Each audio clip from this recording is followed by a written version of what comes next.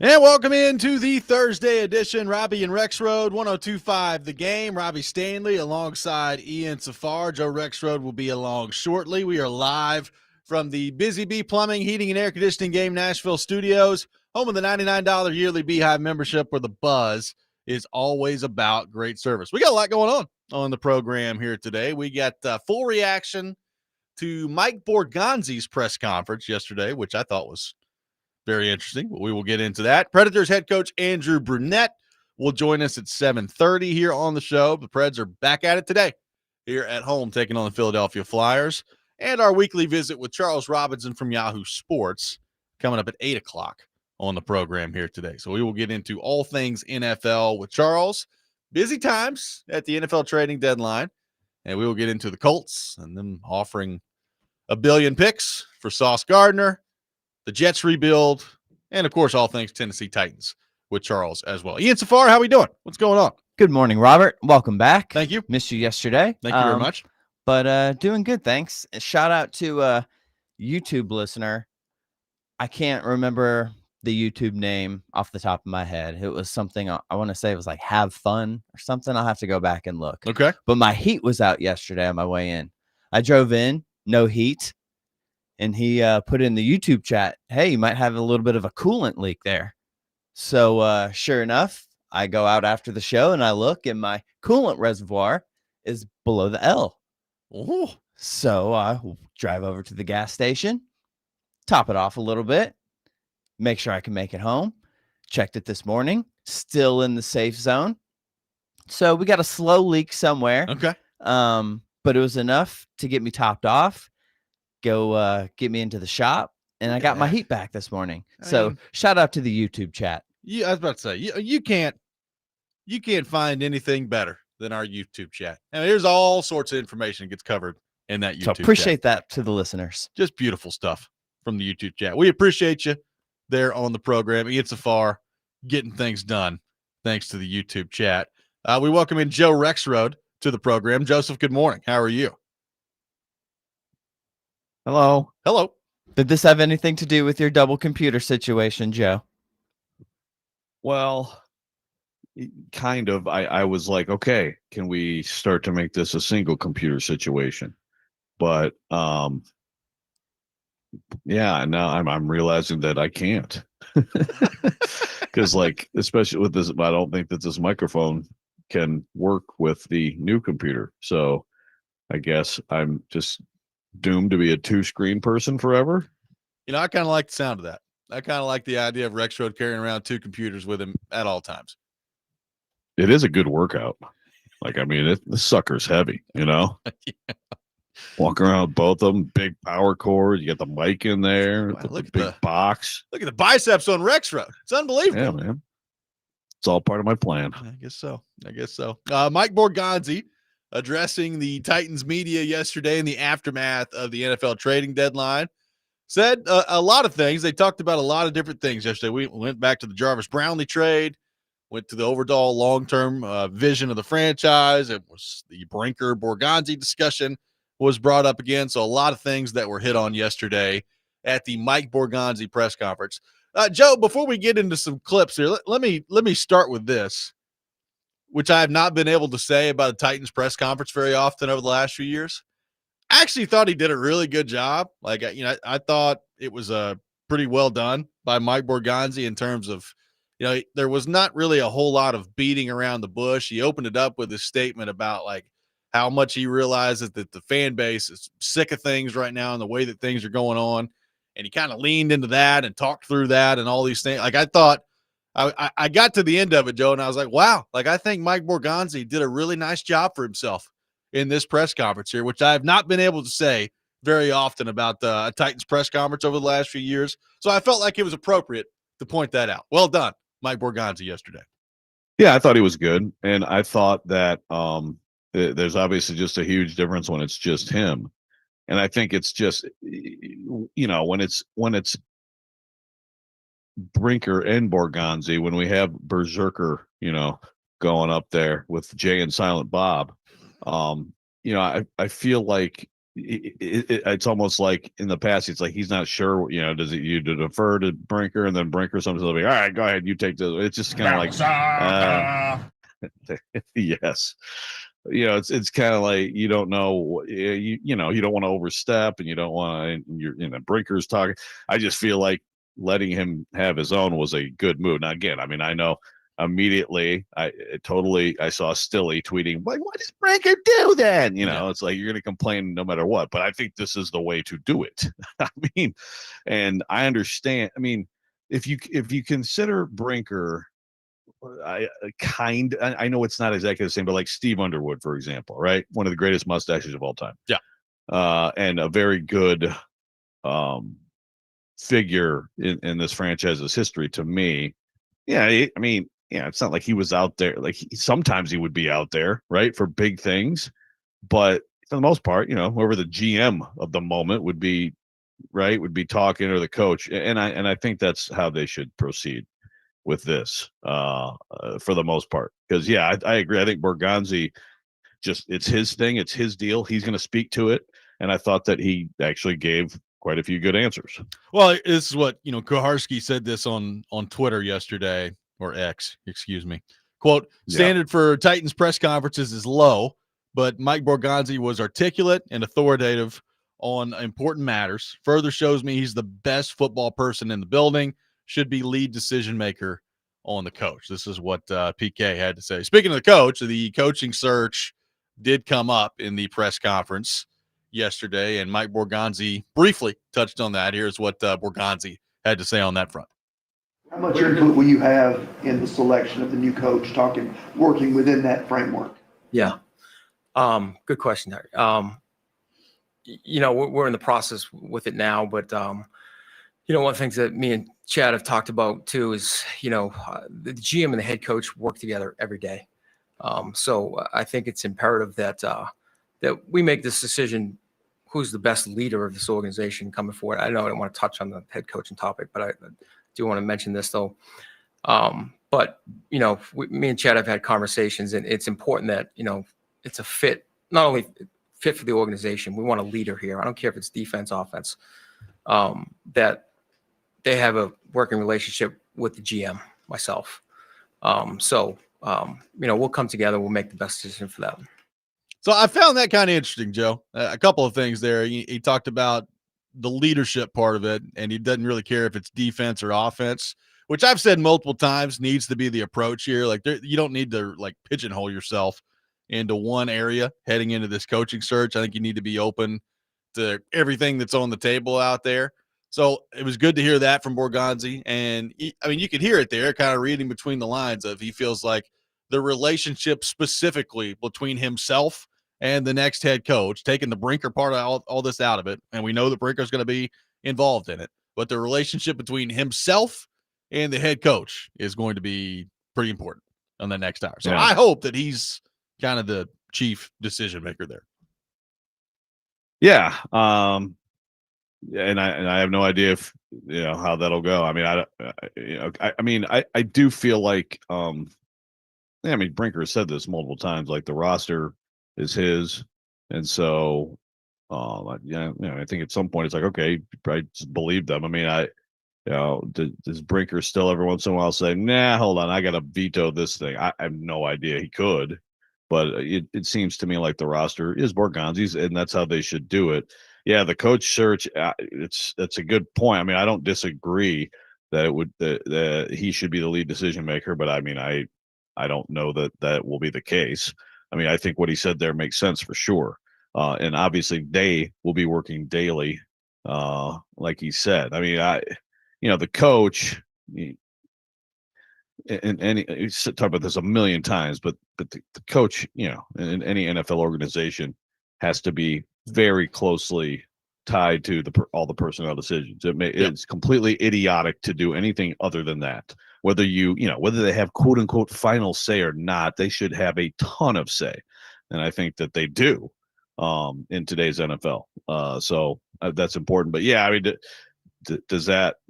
are we to the point where it's like his search and Brinker's staying out of all that too? I mean, I have no idea. Well, I also couldn't help but think, and sometimes I think this happens where maybe you read too much into what somebody says at a press conference and try to apply it to the previous situation.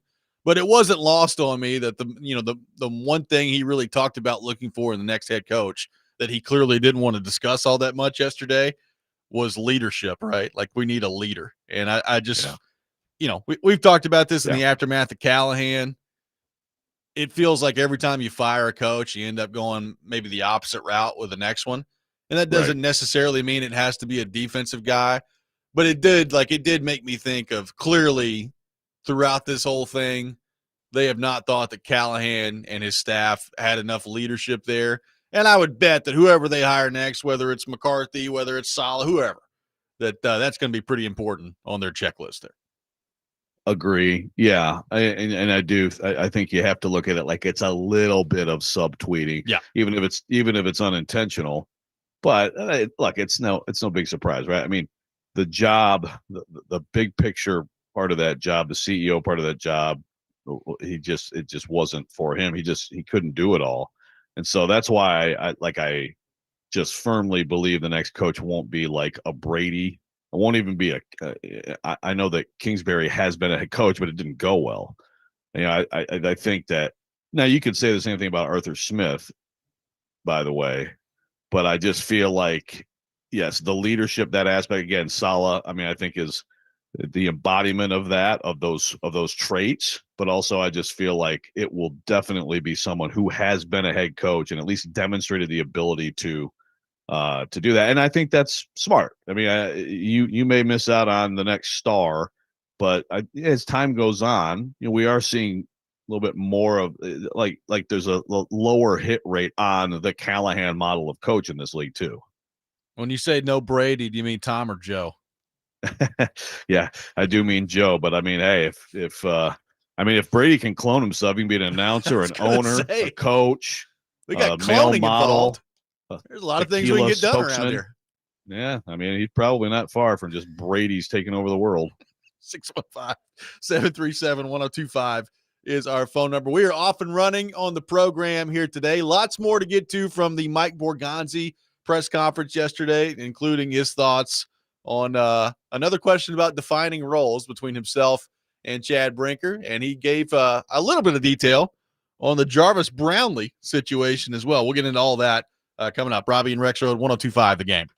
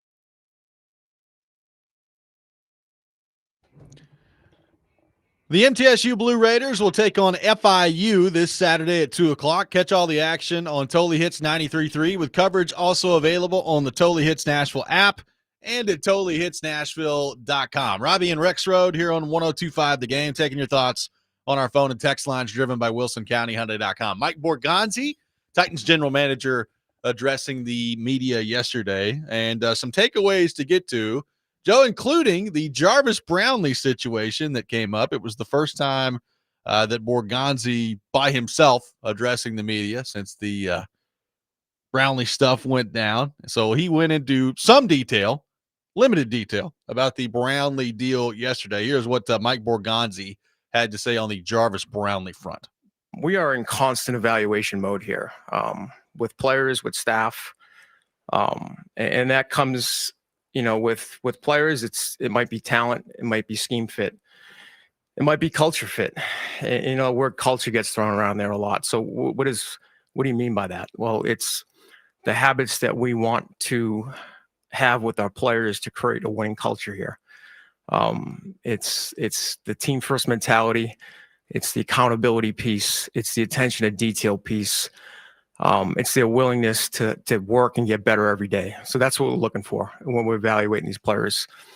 And I know the first trade we made with Jarvis Brownlee was I'm aware of it. It was controversial around here because he's a young player that was ascending, and you're evaluating the fit. And without getting into a lot of details, I like Jarvis, and I think he's going to be a really good player in this league. We don't have the culture right now sometimes to help guys develop right now. And, we thought at the time, just some of the habits weren't conducive to building the culture right now. And I know it's hard to understand because he was a young player, and I wish Jarvis nothing but the best.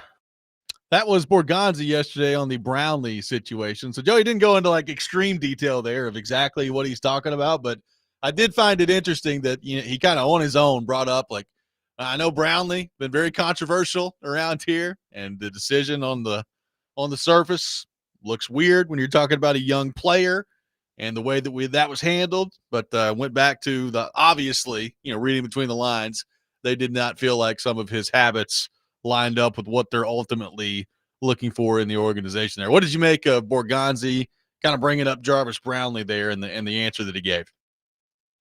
Yeah, first of all, that was part of the very big opening statement. So he obviously knew he wanted to get to that. He got to it before anybody asked the question. I mean, I think he said more there than a lot of GMs would say, because he flirted with, he was right on the borderline there of kind of trashing. I mean, he didn't, but I mean, he was careful. But I mean, we talked about it. We talked about it with Paul. We other people too, and other people around the beat have talked about it. Obviously, there were some things Jarvis Brownlee did that the Titans didn't like, and he clashed, I guess, in some way with coaches, right? I mean, it seems that way.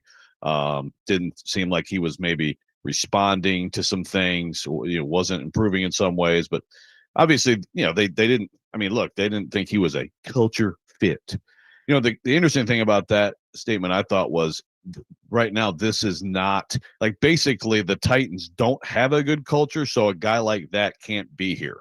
So in other words, I mean, that's how I took it. Yeah. Like, if they had a strong across the board leadership group, then a guy like that maybe has a better chance of, I guess, basically conforming to what they want, but they don't have that. I mean, that's kind of the part of how I took that. So it wasn't just about him. It was about where they are, which is also interesting, Robby, because Borgonzi did spend, I think, multiple times yesterday talking about what a pillar Jeff Simmons is as a leader and things like that, which of course, certainly there's been some questions about that with some of the stuff he's done. And I guess, an obvious question would be, well, if Jeff Simmons, this great player, you kept him, he's a pillar, how come if that guy's here, then a guy like Brownlee can't fall in line, for lack of a better term? I mean, I think it's a fair question to ask when you have those two statements in the same press conference. Well, Brownlee quote tweeted a tweet from TD yesterday showing this clip, and just as a crying, laughing emoji face. and one of those emojis that's got the zipper on it saying that, hey, I'm keeping my mouth shut here. But I did find that funny. Jarvis Brownlee aware of Mike Borgonzi's comments and took to Twitter after those yesterday. Very interesting. So again, Borgonzi, I think, was careful, but at the same time, I mean, he kind of he gently threw him under the bus, right? I mean, he said out loud what we have been saying. I mean, I think it was no surprise for people who follow the team. But I mean, in a lot of cases, I think the GM, I think the person in Borgonzi's situation would just say, yeah, we're not getting into that, right? Yeah. And he did a little bit. Now, I appreciate that. Same. And I think fans should appreciate that because it's a willingness to shed some light and be somewhat transparent and say officially from the club what people around the club covering the club have said. I appreciate it, but I also like that's the thing. So even as gentle as he was, Brownlee found it and immediately dunked on it, right? And it's like, again, it's like like no one has anything, as far as I know, that's like, oh man, that's bad. You had to get that guy out of here. But obviously they just didn't. Like at some point, it got to the point where it reminds me a little bit of Tier Tart, who was a good player still and was a guy who was a really good find. And then at some point, Terrell Williams and Vrabel were like, we can't do it anymore. And it reminds me a little bit of that situation. Yeah. I mean, again, like he brought it up on his own yesterday, and it was another example, I think, of a good approach from Borgonzi yesterday, rather than trying to get up there and just say as little as you possibly can, which, as we know, Joe, is how these things go sometimes. Like that's largely what general managers and head coaches try to do for the most part. Rather than taking that approach yesterday, I thought it was good that whether it was Borgonzi or somebody over there looking around saying, hey, let's take the temperature of our fan base here a little bit. Let's not just get up there and go through the motions of this press conference. Let's actually discuss some stuff. And I just thought that was it was a good approach for a franchise that too often has missed the mark over the last couple of years. And some of that has been just how some of these guards, like, the end of Vrabel, like Vrabel was never going to be the guy, I guess now until he gets into New England, that was going to get up there and just start divulging everything. So we know that. But I just thought the approach was really good for Borgonzi yesterday. Yeah, basically the choice was, and I don't know, maybe Titans fans feel differently. But I don't know, you think between one of my two computers, I can figure that out. But I'll get there. But I think the choice there was, you know what, you give a little bit more to the people and risk pissing somebody off. Because I get why GMs also like there's no, you don't want to be the one throwing players on the bus. You don't want to be known for that. Like in this league, it is still a recruiting league. I mean, that free agency is still, I mean, there sometimes it gets down to splitting hairs for players if people are offering the same money. But I think it was the right choice to say, okay, let's get into this a little bit, very carefully and gently, but let's get. So I'm curious to see if fans appreciated that / the overall approach from him yesterday. Yeah. Liam on the text line says, so that's what a competent football guy sounds like. I guess I'd forgotten. It's from Liam on the text line. So I think the larger reaction that I've seen from a lot of Titans fans, I think kind of feels that way with how Borgonzi handled things yesterday. Mo says, I'm glad to see Borgonzi without Brinker. What do you guys think? Well, we're going to get into that coming up next. We'll get into the Borgonzi Brinker part of this. Borgonzi was asked about Brinker and kind of the roles that they've got and gave an interesting answer. We'll get into that. Robby and Rexrode, 102.5 The Game.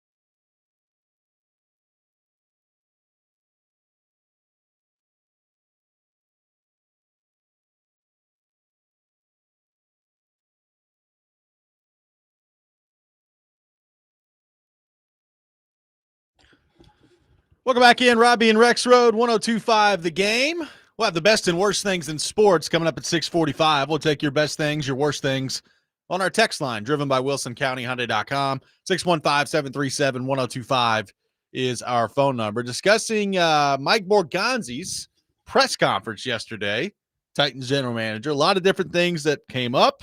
We've gone through the Jarvis Brownlee part of it, the coaching search part of it. He also was asked by Stilly about the Chad Brinker part of this as well, and gave a very interesting response. Here's what Mike Borgonzi had to say when asked about Chad Brinker and what exactly everybody does around here.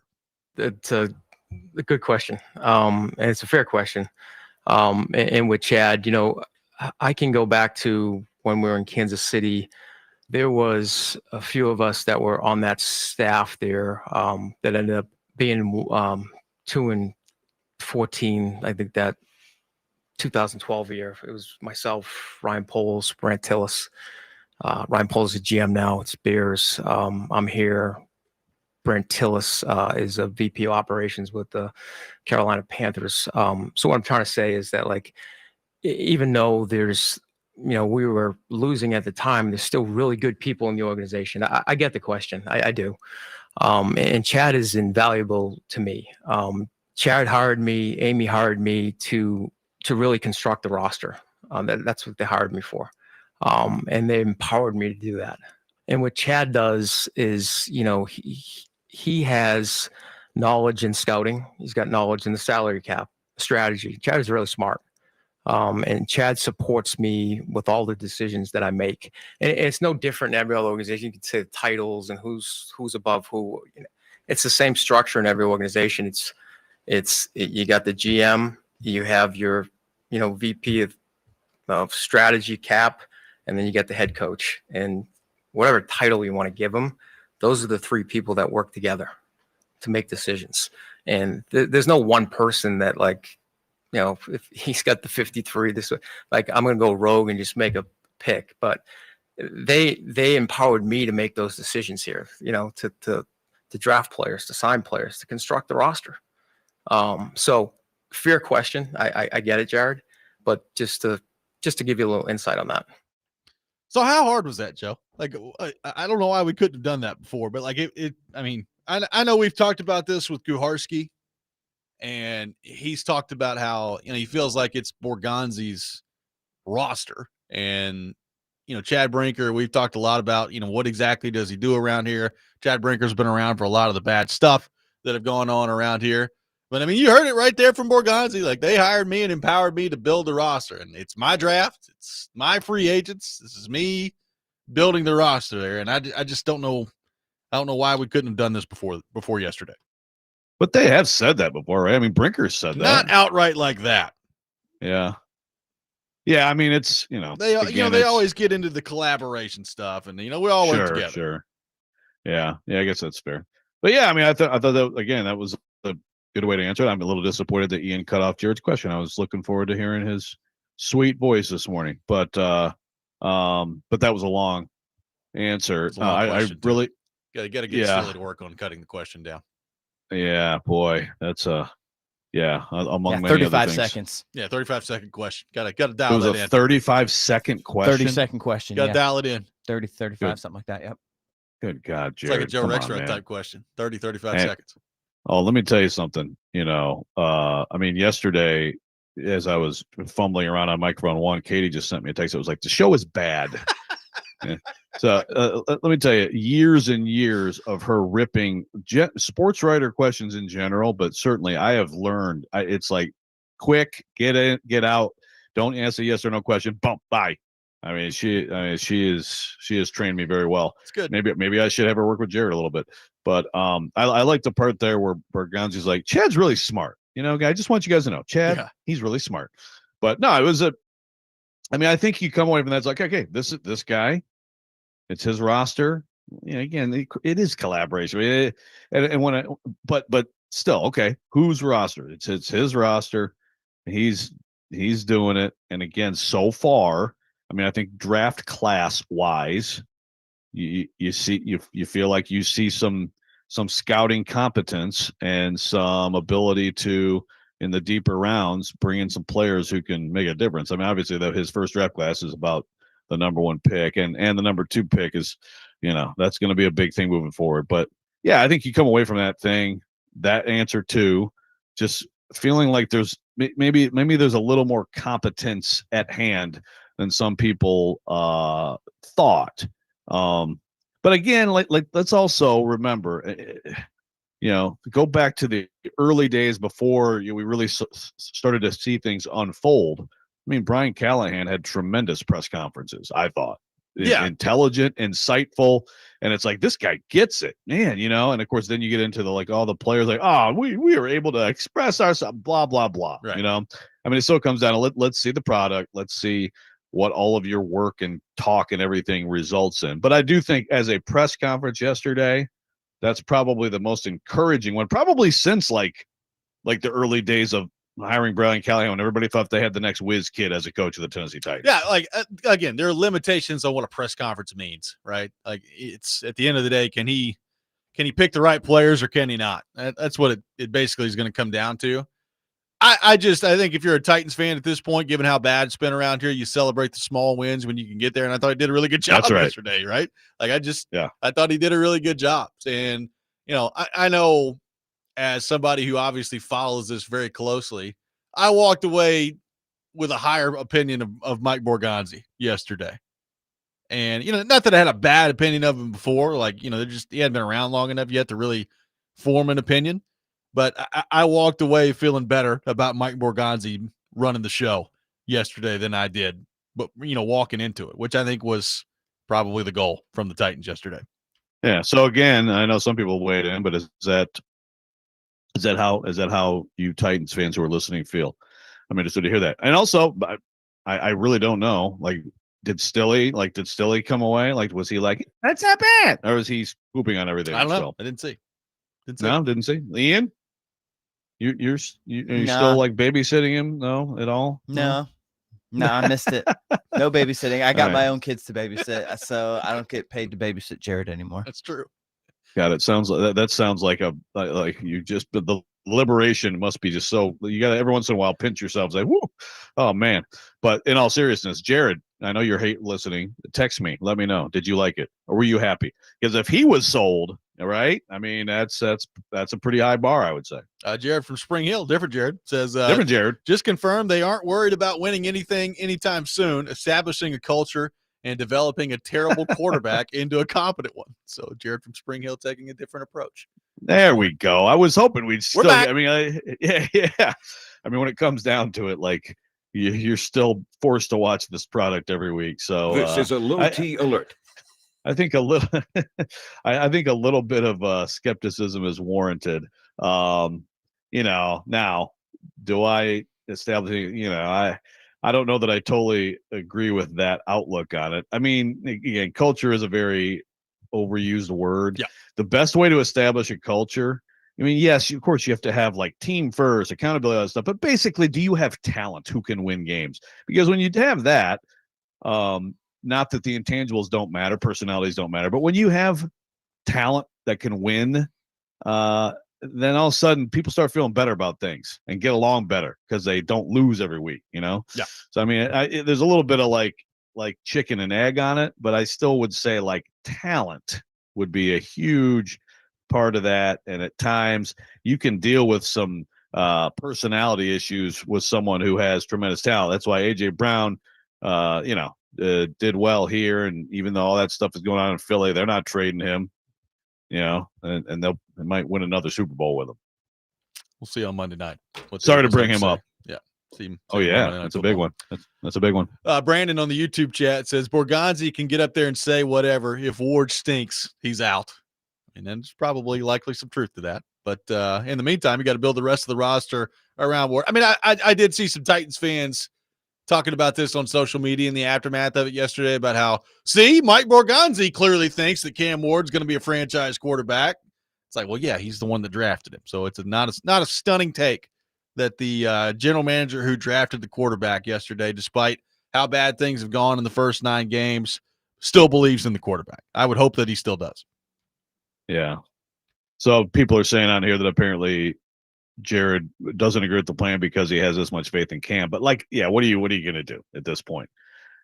First of all, realistically with Cam, I mean, to me, anybody who would be completely out of him, oh, he can't make it, is stupid. Again, I'm not saying they're going to end up being wrong, but I don't see how anybody could have a strong conviction either way on him. I really don't. And if you're Mike Borgonzi, yeah, of course, your wagon is hitched to Cam Ward, and so that probably is going to end up being, as much as anything, the determining factor about your longevity here. But imagine, I guess if it was just terrible and we could all see, oh yeah, he has no chance, then okay, I still wouldn't expect Borgonzi to say that, right? Yeah. At all. I wouldn't expect him to say it, but I don't. If I were him right now, I'd be. It's like it's a lot of it is hope.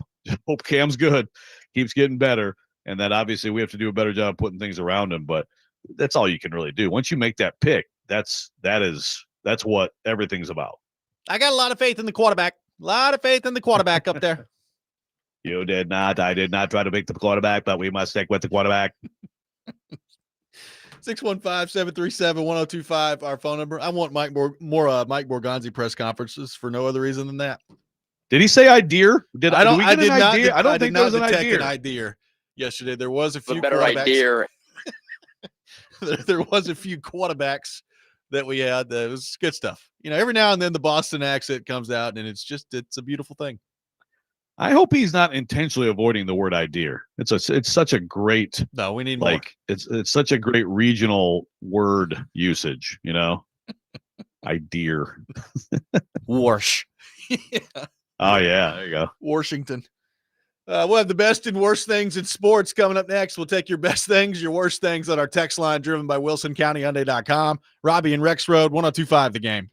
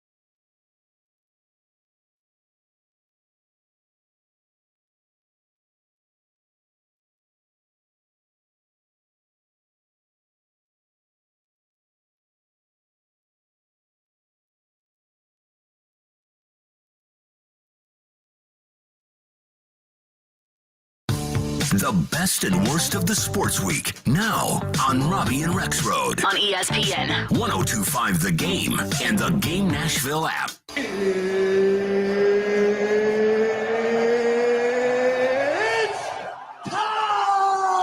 This is the worst.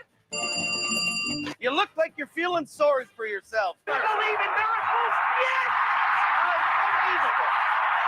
He's one of one. He is him. This is a Coke bottle. It's not a crystal ball. When I woke up this morning, I was feeling pretty dangerous. Okay, let's go. It is that time of the week, time for the best and worst things in sports. We'll take your best things, your worst things on our text line driven by WilsonCountyHyundai.com, 615-737-1025. Joe Rexrode, kick us off with your best and worst things in the world of sports. Yeah, well, the best is, I hope, obvious. College hoops is here, baby. Let's go. Who wouldn't have picked that? I mean, I don't. And people who don't love joy, sports, life, ice cream, puppies. You know, that's all I can think of. You were 100% incorrect. I'm very excited about college basketball. We've already got we've had some great game at Koa Pete for Arizona the other night. Fantastic. I mean, my goodness, a freshman. And he's supposed to be like the 8th best freshman in the country. Got an incredible freshman class. Got Kansas, North Carolina tomorrow. Of course, it's on ESPN, so who knows who might be able to watch the freaking game. True. That's another story. Maybe you have to get into that again later. But college hoops is here. Very exciting stuff. My worst is just Blue Jays fans. And Koharski said this yesterday. I didn't see where it was, but apparently someone was like, it's really like the Blue Jays won. Again, I don't know who said that, but if you're a Blue Jays fan, I mean, you absolutely had it more than once. It was yours, and the freaking Dodgers end up winning the World Series. I feel for Blue Jays fans because look, great run by that team, but there's no reason to necessarily think they'll be back here next year. They're one of a lot of good teams in the AL, and not necessarily the most talented team in the AL, and so that's a killer. Very nice. By the way, somebody's taking a shot at you. Jared on the YouTube chat says, new worst, saying hoops instead of basketball, directed at Joe. I mean, sorry, man. That's not going to change, so you just have to live with it. I've probably said hoops 10 million times on our show already, so there's no doubt about that. I don't know what to tell you, buddy. One thing, part of the vernacular. When I moved here, we used to call, everybody, when I moved here, I realized everyone calls it a basketball goal. Really? Yeah, they call it a basketball That's true. goal. I mean, I guess yeah. And I never really heard that term until I moved to the South. Yeah. It was always it was a hoop. Yeah. But anyways, just a side note there. Maybe a geographical thing. Yeah. Or something you said in the 50s. That's weird. It's far your best and worst thing. Okay, I'm going to go. Give me Nashville SC as my best in sports this week. They finally got the dub over Miami. Have some of that, Messi. Took down Lionel Messi. Take that, although I think he scored. But it didn't matter. So they forced a decisive game 3 Saturday night. So at least there's someone in the playoffs around here that's playing okay. That was a good bounce back. They looked really good. So yeah, give me Nashville SC as my best in sports this week locally. I'll keep it local here. And then worst, I'm going to have to go with some of these Preds overtime losses. You're talking about combined the Vancouver loss combined with the Minnesota loss. That's a tough one. I mean, tough back to back. Those are that's a couple of rough situations right there. So I'll go with that as my worst. Yep. And the whole knocking the whole goal, I know it's the rule. There's a lot of back and forth about this from really top level hockey people. Yeah.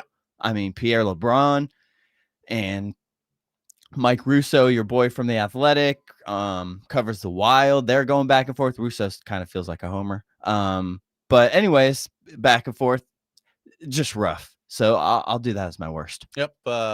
Interested to get Andrew Brunette's thoughts on all that a little bit later in the show. We will do that coming up at 7:30. My best thing in sports, Alex Ovechkin reaches the 900 goal mark last night in the NHL. The first person, obviously, in NHL history to reach that mark. Joe, I'm not saying we'll never see that again because we probably will at some point, but it may be a while. I mean, it's incredible what he's been able to do. and this is probably going to end up being his last year in Washington. I guess there's a chance that if they get really hot and, make a deep run in the playoffs, does he get the itch to come back one more year? We'll see. But, it's been a slower start to the year for him offensively than it was a year ago. But last night he reaches the 900 goal mark, and it was cool to see that. So good stuff on the Alex Ovechkin front there. It's funny. Can I quickly throw in a sub best on that? Sure. Jordan Binnington trying to stuff the puck in his pants and steal it. Yeah. That was I don't know if I can think of another goalie in the league that would have done that, but definitely him. That's pretty good. There is no doubt about that. I thought I may be alone on this worst thing in sports, but Mark from Ashland City has joined me on the text line, so I guess it's more of a prominent thing than we thought. My worst thing in sports is Tennessee football getting beat by a dude kicking field goals in a thong. That's my worst thing in sports. Very short shorts from the Oklahoma kicker on Saturday night, and what did he do with them? Just sat up there and drilled 55-yarder after 55-yarder right down the middle. I mean, he made one of those 55-yarders, I swear, by half a yard. Like, it had been half a yard shorter, it had gone off the post. But there he was, just enough room with some of those air he was creating with the short shorts. Yeah, like how is that? Like that's gotta they gotta address that, right? Like how is that legal? I don't know. I mean, I know a lot. I've never seen I know anybody do a lot that. a lot of guys because you're supposed to be covering your knees. I mean, I don't know how many people even wear the knee pads anymore. But does he kick off? Yeah, I don't know. Does he have to make a tackle in those? I would assume no. I would assume they've got another kickoff guy because you're just asking for your knee to get blown off at that point if that's what you're doing. But I couldn't believe it. Like Herb Street pointed it out in the broadcast. And I was like, look, He at was this mad. guy. Look at this guy. He just drills it right through 55-yarder. Lefty twice. at that. Yeah. Yeah, I mean, a great performance and yet looked ridiculous. Just embarrassing. Good for him, but yeah, that needs to be addressed. Mark from Ashland City get involved. had that for his worst. The best thing is Chim DK. The guy is a baller, and us Titans fans need a little bit of hope. DK with another big play this past Say Sunday. a punt return touchdown Yeah, man. for the Titans. That could be. Doesn't happen very often. That is a candidate for a best for sure. Yes. 2012. Yeah. 2012 last time. Does not happen very often. One texter says the best is vintage Russell Westbrook, a double-double in 2 straight games, and then a triple-double last night. I was previously unaware until the other day, Joe, that he was playing for the Sacramento Kings. So good to know. That's where careers go to be forgotten about. Yeah. Yes, it is. Derek says the worst is the Nashville Predators underselling their season ticket holders by selling tickets for 50% off. I have not seen that, but I'll take your word for it. Good to know. Good to know. 615-737-1025 is our phone number, 615-737-1025. We'll get into Vanderbilt and the college football playoff coming up next. Some Vanderbilt fans that I've seen very concerned about the original college football playoff rankings. Should they be? We'll get into that. Plus, another thing with the college football playoff rankings that happened that frankly irritates me, and we'll get into all that as well coming up next. Robby and Rexrode, 102.5 The Game.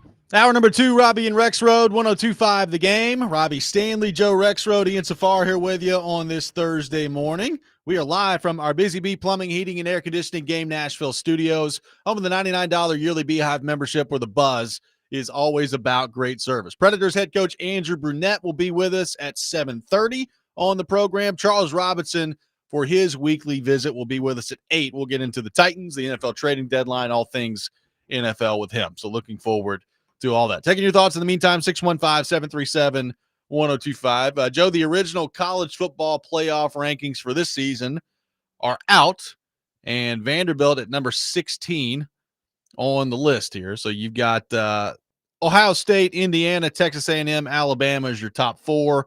You have Georgia. You've got Ole Miss, BYU. You've got Texas Tech, Oregon, Notre Dame, Virginia, and Memphis rounding out the top 12 there. Joe, I have seen some Vanderbilt fans that look at the original rankings and have said, you know what?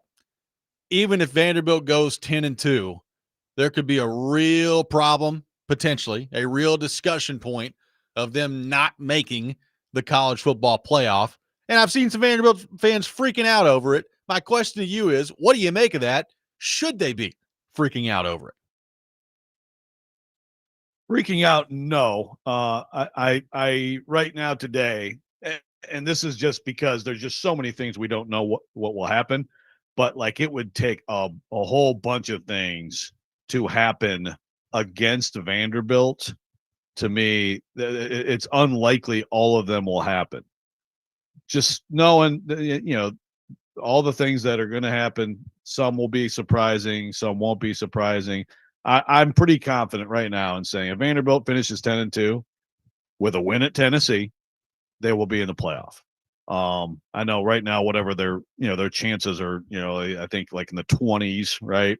But again, that's also, they're going to not be favored to win the game at Tennessee. That's mostly why that's where their chances are pegged, because probabilities suggest that they will end up, 9-3 at best, is they're going to lose the game at Tennessee. If they win at Tennessee at the end, after winning the next 2 games, by the way, and I think it's a huge one Saturday. It's a big deal Saturday. And just not sure what to expect from Auburn. But if they end up 10-2, they're going to be in the playoff. I'm confident in saying that. Can I say that with absolute 100% certainty? No. I mean, there's some things that certainly could, there's a few things. One, Robby, is the ACC and the Big 12. First of all, you obviously want them to be one bid leagues. I think that's what the ACC will be. But you've got Virginia in there right now. You got Louisville in there with 1 loss. Georgia Tech in there with 1 loss.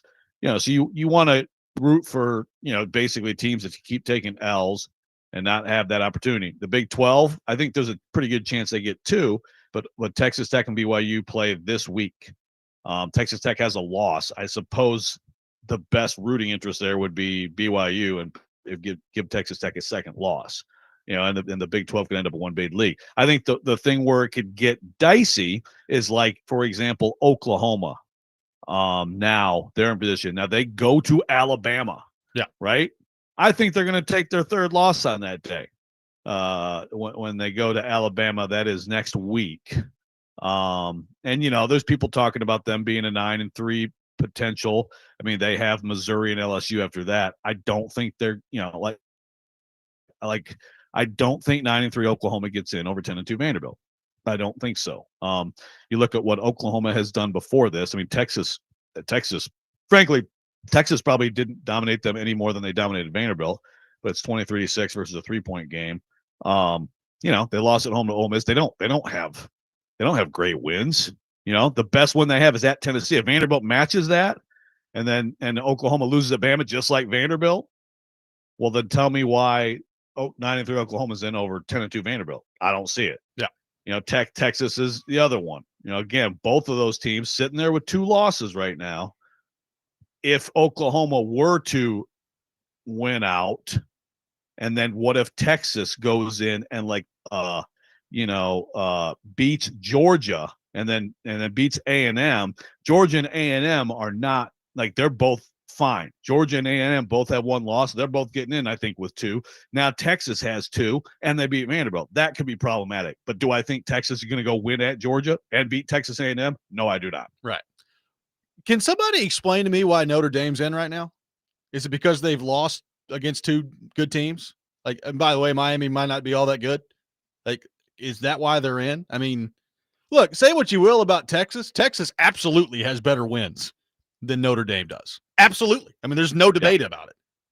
Can somebody look? Notre Dame's probably going to finish the rest of their season without another loss, and at that point, if they end up 10-2, the way that things are going to shake out, they're probably going to get in and should be in at that point. But right now, like, can somebody explain to me right now why Notre Dame's number 10? No, it's a great question. They're overranked. Actually, it's funny because if you remember a year ago, it actually reminds me of Texas a year ago, because everyone, like, Texas was way up there, and it's like, what are their wins? They won at Michigan early, so everybody's like, oh my God, but then we realized Michigan wasn't good. And Texas had honestly, Texas's best win until the end was the game at Vanderbilt, which, a good win, but it's still, you're talking about what? Was Vanderbilt 6-6 or 7-5 the regular season? I don't know. 6-6. But regardless, yeah. So it reminds me of that, and I'm with you. Look, the 2 losses are good, but like you said, the Miami loss doesn't look as good. Texas A&M is a good loss, but yeah, what else? Okay, they blew out Arkansas on the road. They beat USC. I mean, USC is a good team. They beat them, but like, that's their best win. Yeah. So Texas has beaten Oklahoma and Vanderbilt, who are right. Absolutely both better wins than USC. No question. No, Texas should be ahead of them. I mean, look, does Vanderbilt not have better wins than Notre Dame? Yeah. And does not have 2 losses. No, Notre Dame's overranked without question. And 8 spots ahead of Miami. I have a problem with 2. I understand Miami just lost at SMU and they're not playing well, but yes, they are the example of overranking for sure right now. I'm with you. If they win out, they should be in. I will tell you, let's not dismiss assistant to the regional producer, defensive coordinator of the show, Pat Narduzzi, because Pitt is good. They have a freshman quarterback who is a stud, Henschel, and they got Notre Dame coming in next week to their place. Now, you get into that. If Pitt wins, now there's another ACC team that you have to take seriously. But also that would knock out Notre Dame. There is an opportunity there for Notre Dame to lose. Yeah, we'll see what happens. I just saw that and I was like, what? Like, again, 10-2 at the end of the year, with the way things probably shake out, Notre Dame probably is in at that point. But now, like right now, they're already number 10. I just found that stupid with the first college football playoff ranking that was out the other day. Look, if you're Vanderbilt and you go 10-2, if you went out here, I still like your chances to get in. I still like your chances to get in the college football playoff. Yeah, I guess there's a scenario where a bunch of things happen against you where you could be left out at 10-2. But I would imagine if you're 10-2, you're going to feel pretty good about your chances to get into the tournament if you're Vanderbilt at the end of the day. Now, can they get to 10-2? We'll see. Again, look, I know that Auburn hadn't been very good, but they fired their coach, and it's college football, Joe. It's not like Auburn is devoid of talent. I'm really interested to see what Auburn looks like this week in the aftermath of Freeze being fired. Yeah, I know they're going with the other QB. They've announced that. DJ Durkin, interim coach. What a wonderful choice that is for Auburn.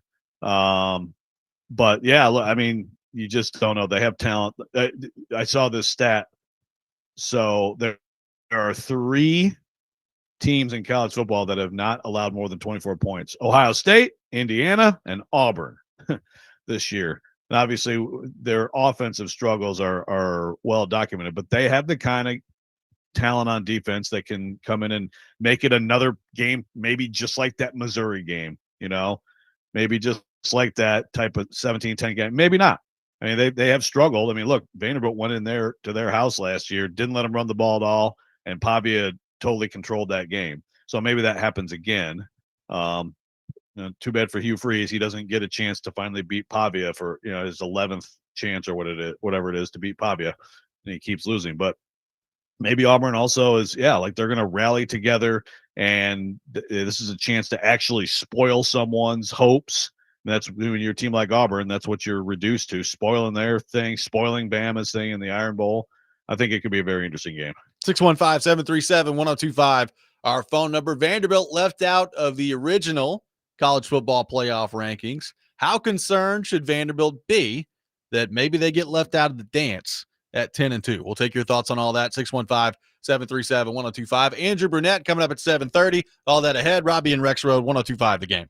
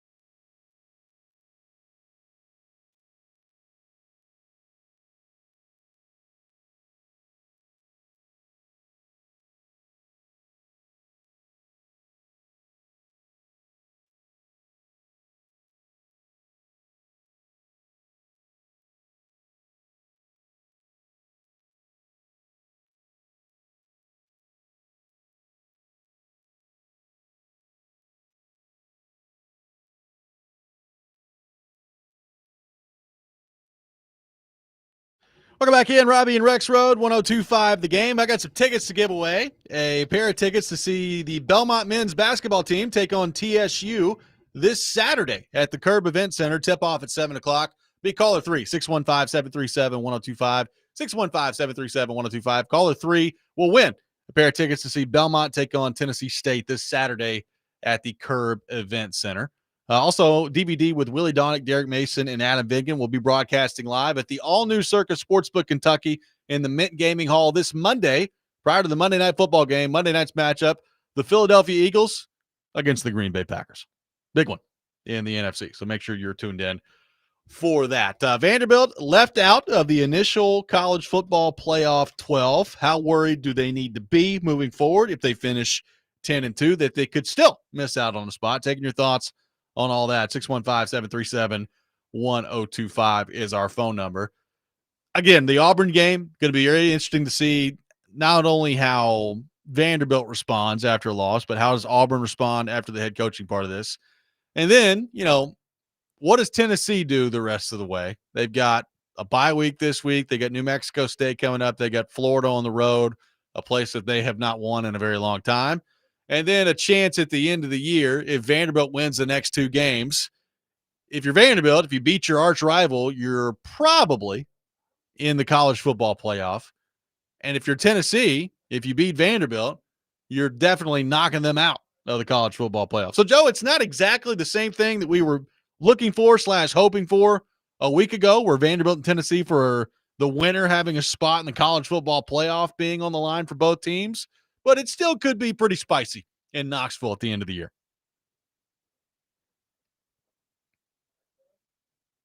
Did we lose Rexrode? Yeah, you got me? Yeah, you're good. Yeah, you're back. You're back. It's all good. I heard none of that. No, I'm just saying Vanderbilt, Tennessee, not the same stakes maybe that we thought a week ago. Wi-Fi is trash. But the game at the end of the year still could be pretty spicy in Knoxville if Tennessee has an opportunity to take Vanderbilt out of the running for the college football playoff. Yeah, for sure. I mean, it's not exciting for Vols fans. Yay, let's ruin Vanderbilt's season.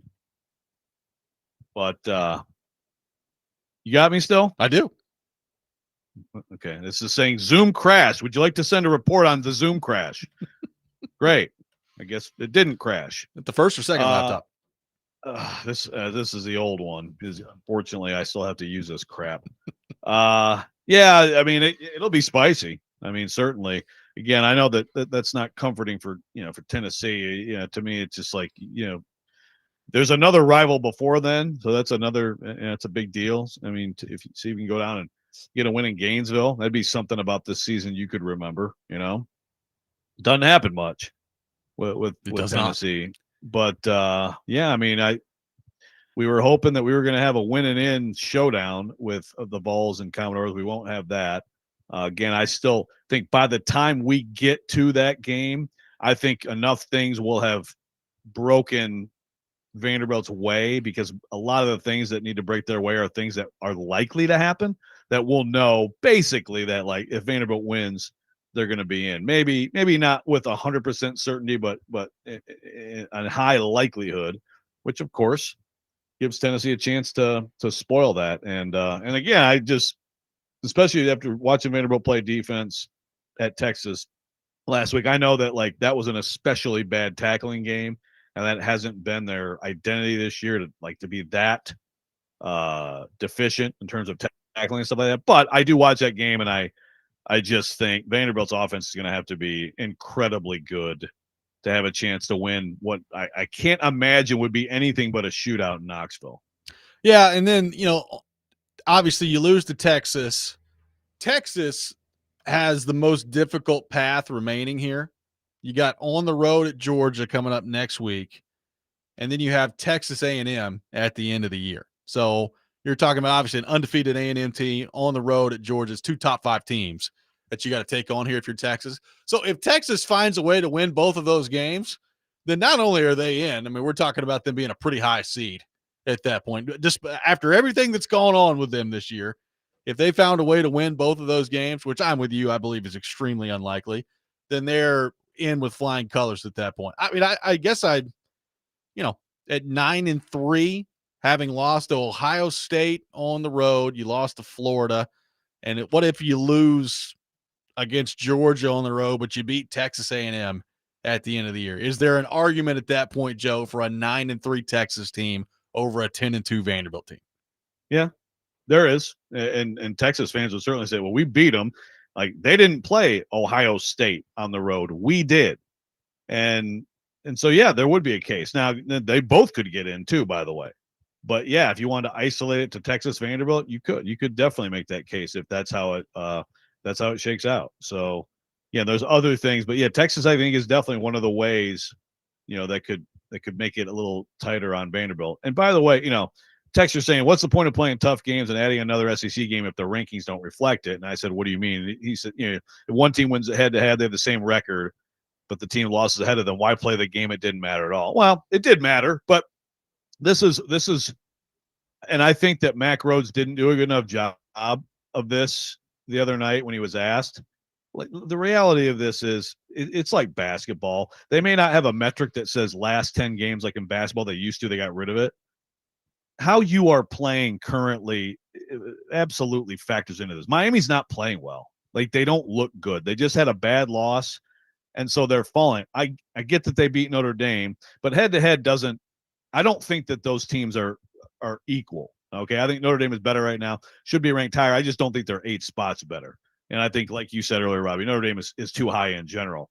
But, the head-to-head thing, I mean, it has limitations. I understand same record, but yes, how a team is playing, has a team gotten better or worse, like since an early season thing? I mean, that stuff matters, And unfortunately, they don't do a good enough job, I think, of explaining that. They try not. They say we look at the whole resume, and they do. But if a team's red hot and kicking everybody's butt, but it looked bad in September, but it's clearly a better team in November, I like that. There's something to that they never acknowledge is a big deal, but I believe it is a big deal. Well, that's why I've always said, which again, there are cases where I think that's valid, and honestly, there are cases where I think that's total bullcrap in the way that they explain things. But I've always said, as much as it matters who you lose to, Joe, it also matters when you lose, and they can't tell me that they don't factor in losses earlier in the season differently than they do later. Like, it seems to be human nature to react to those losses differently, whether that's right or whether that's wrong. Exactly. Yeah. They don't want to admit that, but it's like, I mean, there's so many examples of think about like the year when went back to the 14, like when Ohio State lost at home to Virginia Tech. If that game had happened at the end of the year, they don't get in. But they rebounded from it and they turned into a much better team. So again, I don't have a problem. I think they made the right choice there, but just acknowledge it. Like, teams change during the year. In some cases, it's because of injury. I think they made the right choice with Florida State. Again, there were people, I mean, most of the people I work with at the Athletics just screamed bloody murder about that. And I was like, you guys, you really think that that's the same team without their starting quarterback? Right. I understand what their record is. They shouldn't have been in. I'm glad they made that choice. Some people don't, but I mean, you have to look at what is a team. And that's another thing they talked about a lot the other night. Mac Rose, the film. I mean, we got coaches, we're breaking down the film, and basically he said Ohio State's ranked ahead of Indiana because we look at their offensive line and up the middle and their skill. Basically just we just think they're better. We watch them and we think they're better, which I know pisses people off. I would rather cold, hard metrics and data lead the way, and that stuff sometimes has to come into play. But I mean, they made it sound like it's really heavily in play, just the eyeball test. Well, it'll change next week. That's the thing we know about the college football playoff committee. It changes. That's probably true too. Week to week. The Commodores taking on Auburn this Saturday. Pregame at 1:30 on 94.9 The Fan with kickoff at 3 o'clock. Vanderbilt football brought to you by Gary Force Acura, Jimmy Kelly's Steakhouse, and Smoky Mountain Tops. Predators head coach Andrew Brunette with us next. This is Robby and Rexrode, 102.5 The Game.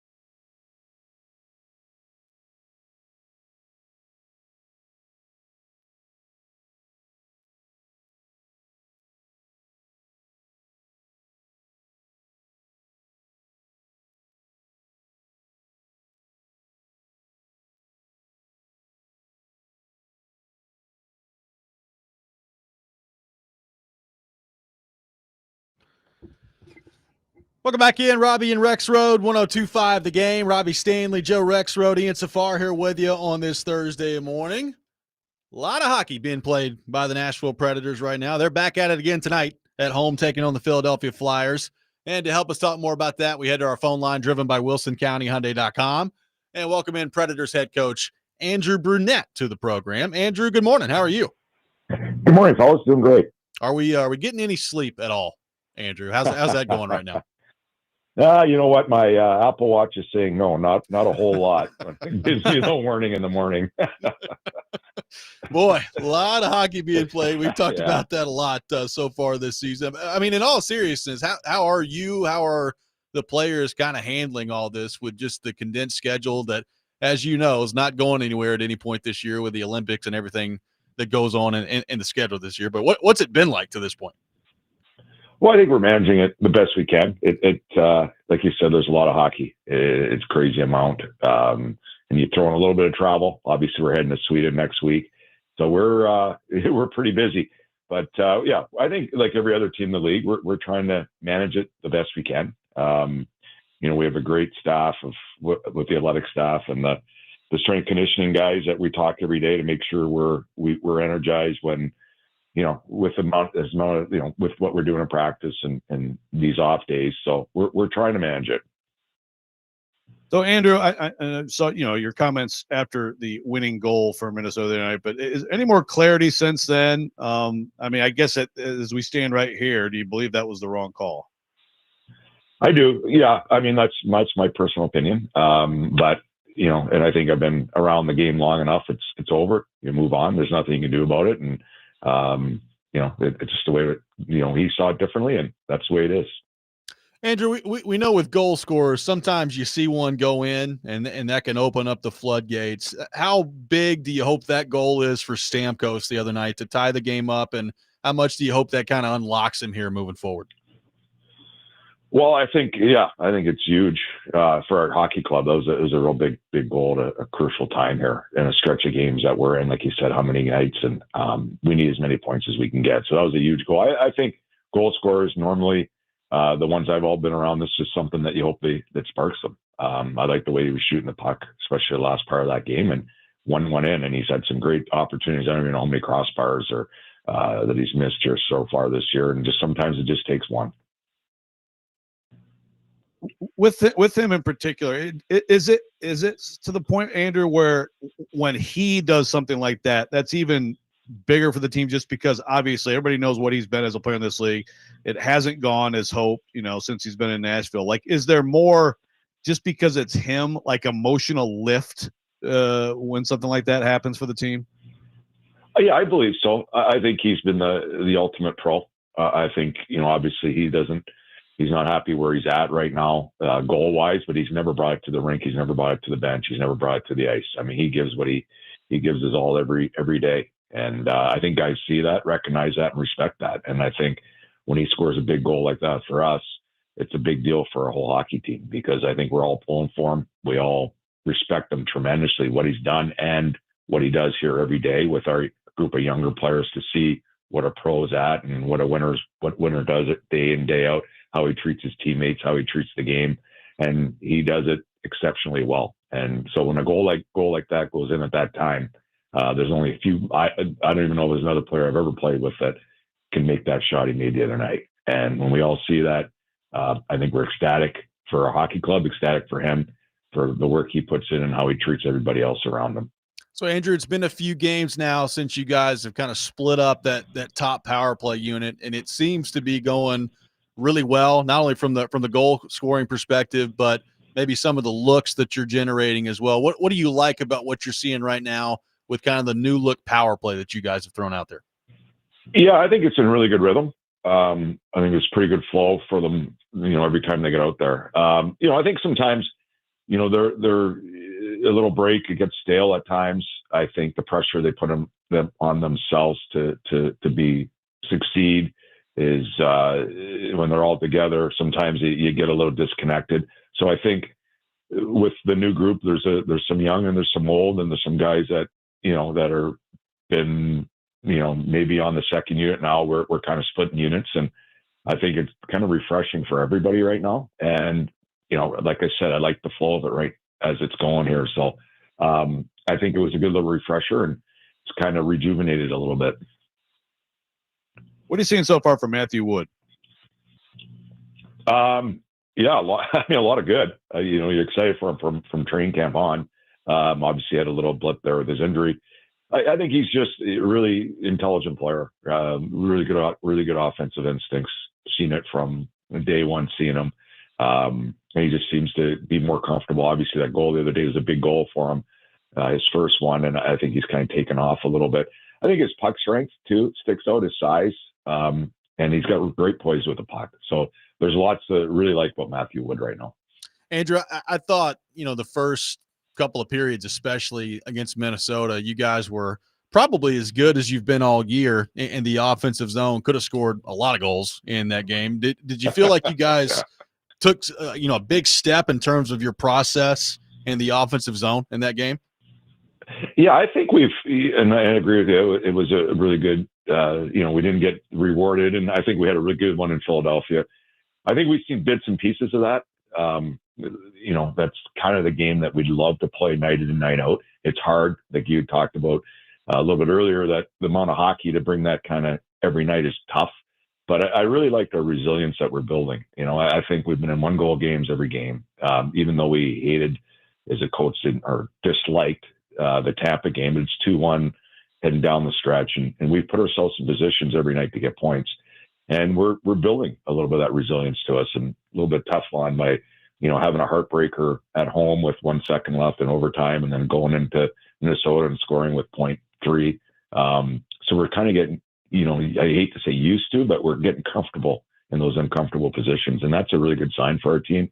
Offensively, yeah, I mean, unfortunately, the last couple of years, it's been a lot of nights like that where we dominate through stretches of the game. And I thought the Minnesota game was one of them in particular, and we don't get rewarded. But I think hopefully our mindset going into these things is we did get rewarded at the end. And if we keep doing the things that we're doing, they will go in. And they hate hearing it from me because it's like a parent telling you that it never happens. But that's why to get one the other night, I hope that sparks us. I hope it gives us a little bit of confidence going into this stretch of games here, that if we continue to do things we're doing, we continue to build a little bit of our identity, we will be rewarded. Yeah, like I guess with maybe a younger, when you have like the overtime losses like this, obviously stuff like that can maybe snowball in terms of, like when are you going to get over the hump? I imagine that the veterans on this team help you in that regard in terms of that messaging, right? Yeah, for sure. I mean, they've been through it multiple different times, but I think you can go through it as a veteran player, but until you go through it together as a team, I think you still feel the same. You still feel like a little kid, even though you've gone through, different parts of your career. I played for a long time, and it's with the guys in the room that you go through these things. You can say you've gone through it a million times, it doesn't work, you'll be okay. But till you go through it with your group, I think it's different.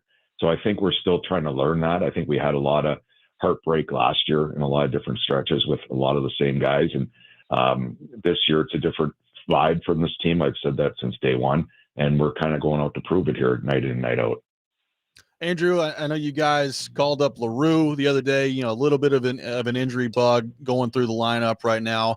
Do you expect him to play tonight? And what do you make of kind of where you guys are and how you're handling it from an injury standpoint?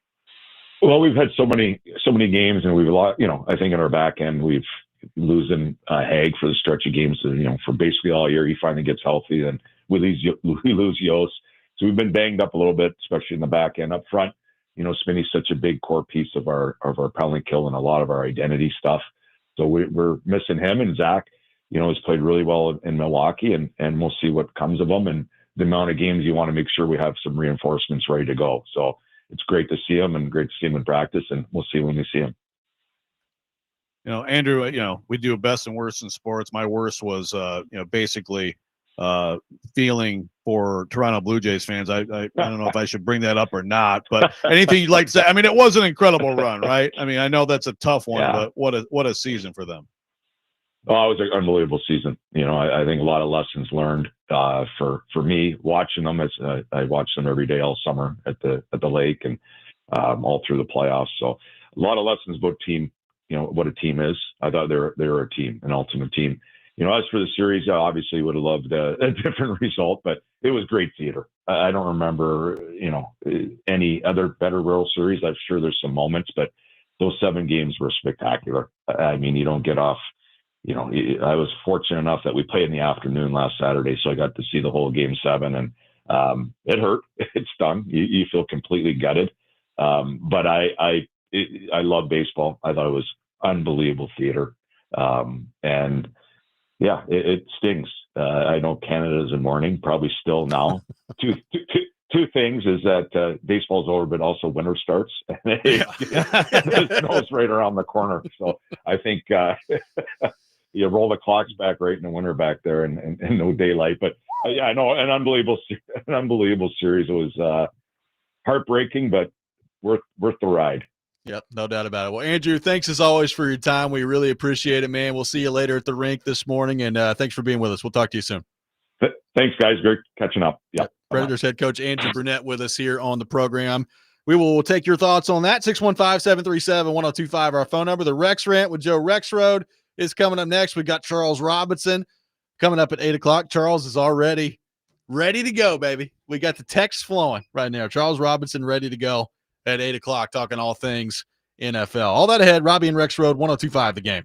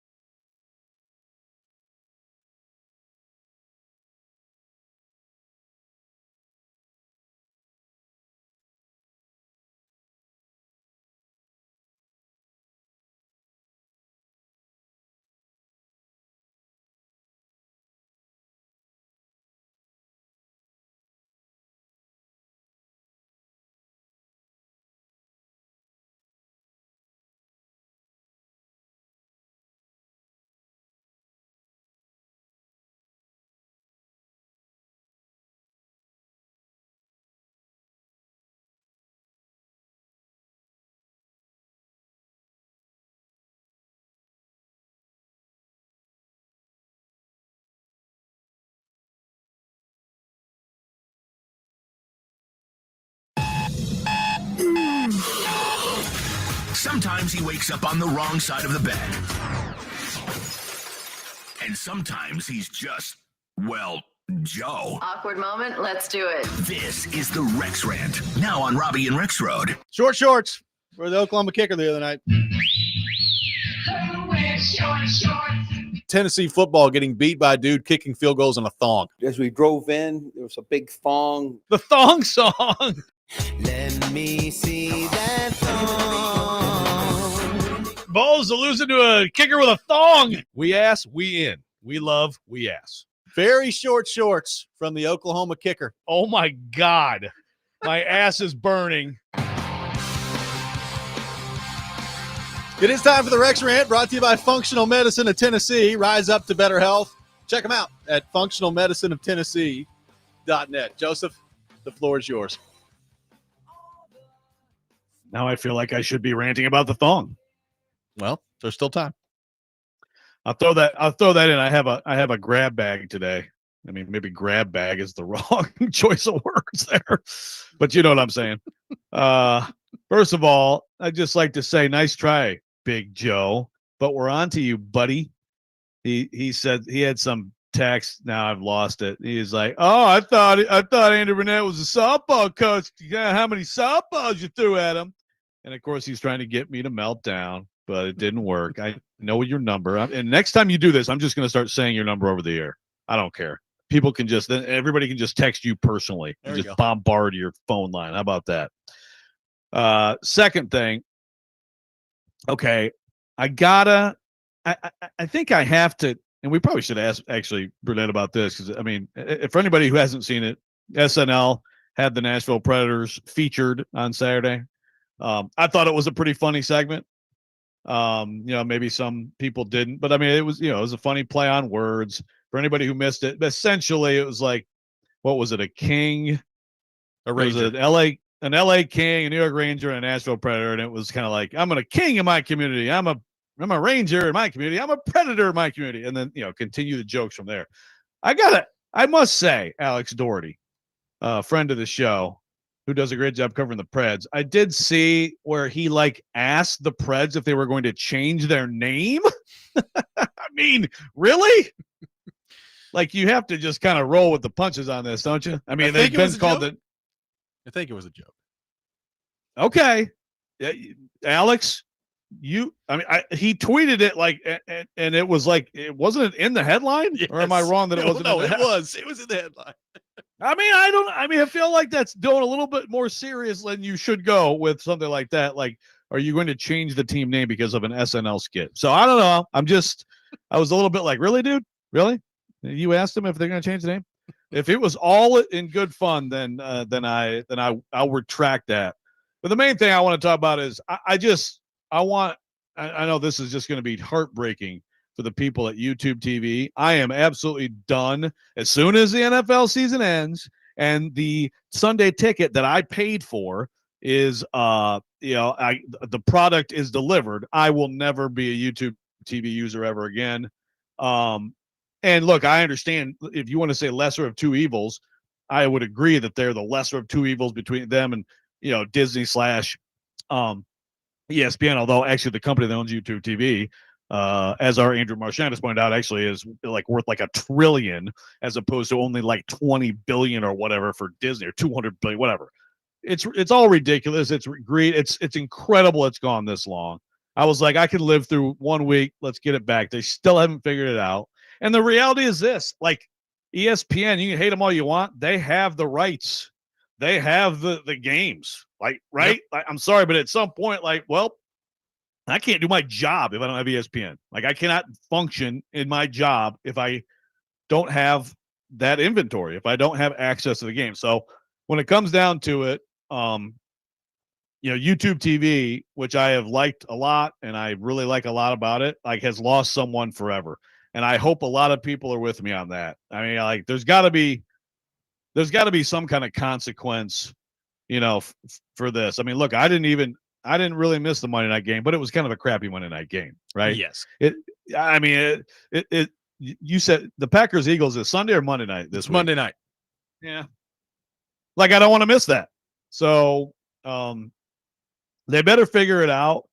But this is just absurd. And again, like to me, if you as YouTube TV can't understand that, like at some point, like you're not going to win the war with the rights holder to a large chunk of the most compelling sports in the country. You're not, like, at least with sports fans, it's not going to happen. And a big reason I got YouTube TV was because it was good for sports, the quad screen and all that stuff. But I'm done. So I know that's just heartbreaking for them, but I hope other people join me and never subscribe to them again. The problem here is that what's ultimately going to end up happening here is they're either going to play hardball and people are going to get mad and they're going to miss out on games, or they're going to give in, and who's going to ultimately end up paying that price is you and me, right? Like the consumer. Yes. It's always the consumer that ends up paying the price, right? Because I mean, look, YouTube and Google, and they're not interested in losing any money.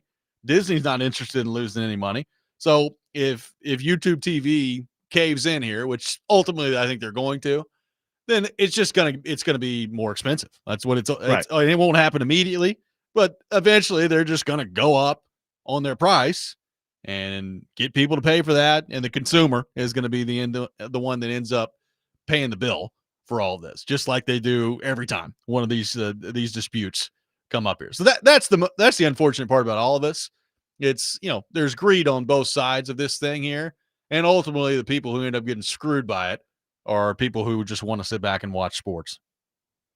And that's always going to be the case. We are always going to get screwed. The only thing that'll give me a tiny little bit of comfort is that YouTube TV takes a serious hit here. I mean, they've gone up. When they started, it was $35.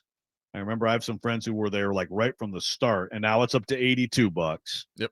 And so again, you start adding up all the different apps and then compare it to what you used to pay just for cable to have everything. And we're getting to the point where, like, I guess I may just circle back around to cable / DirecTV.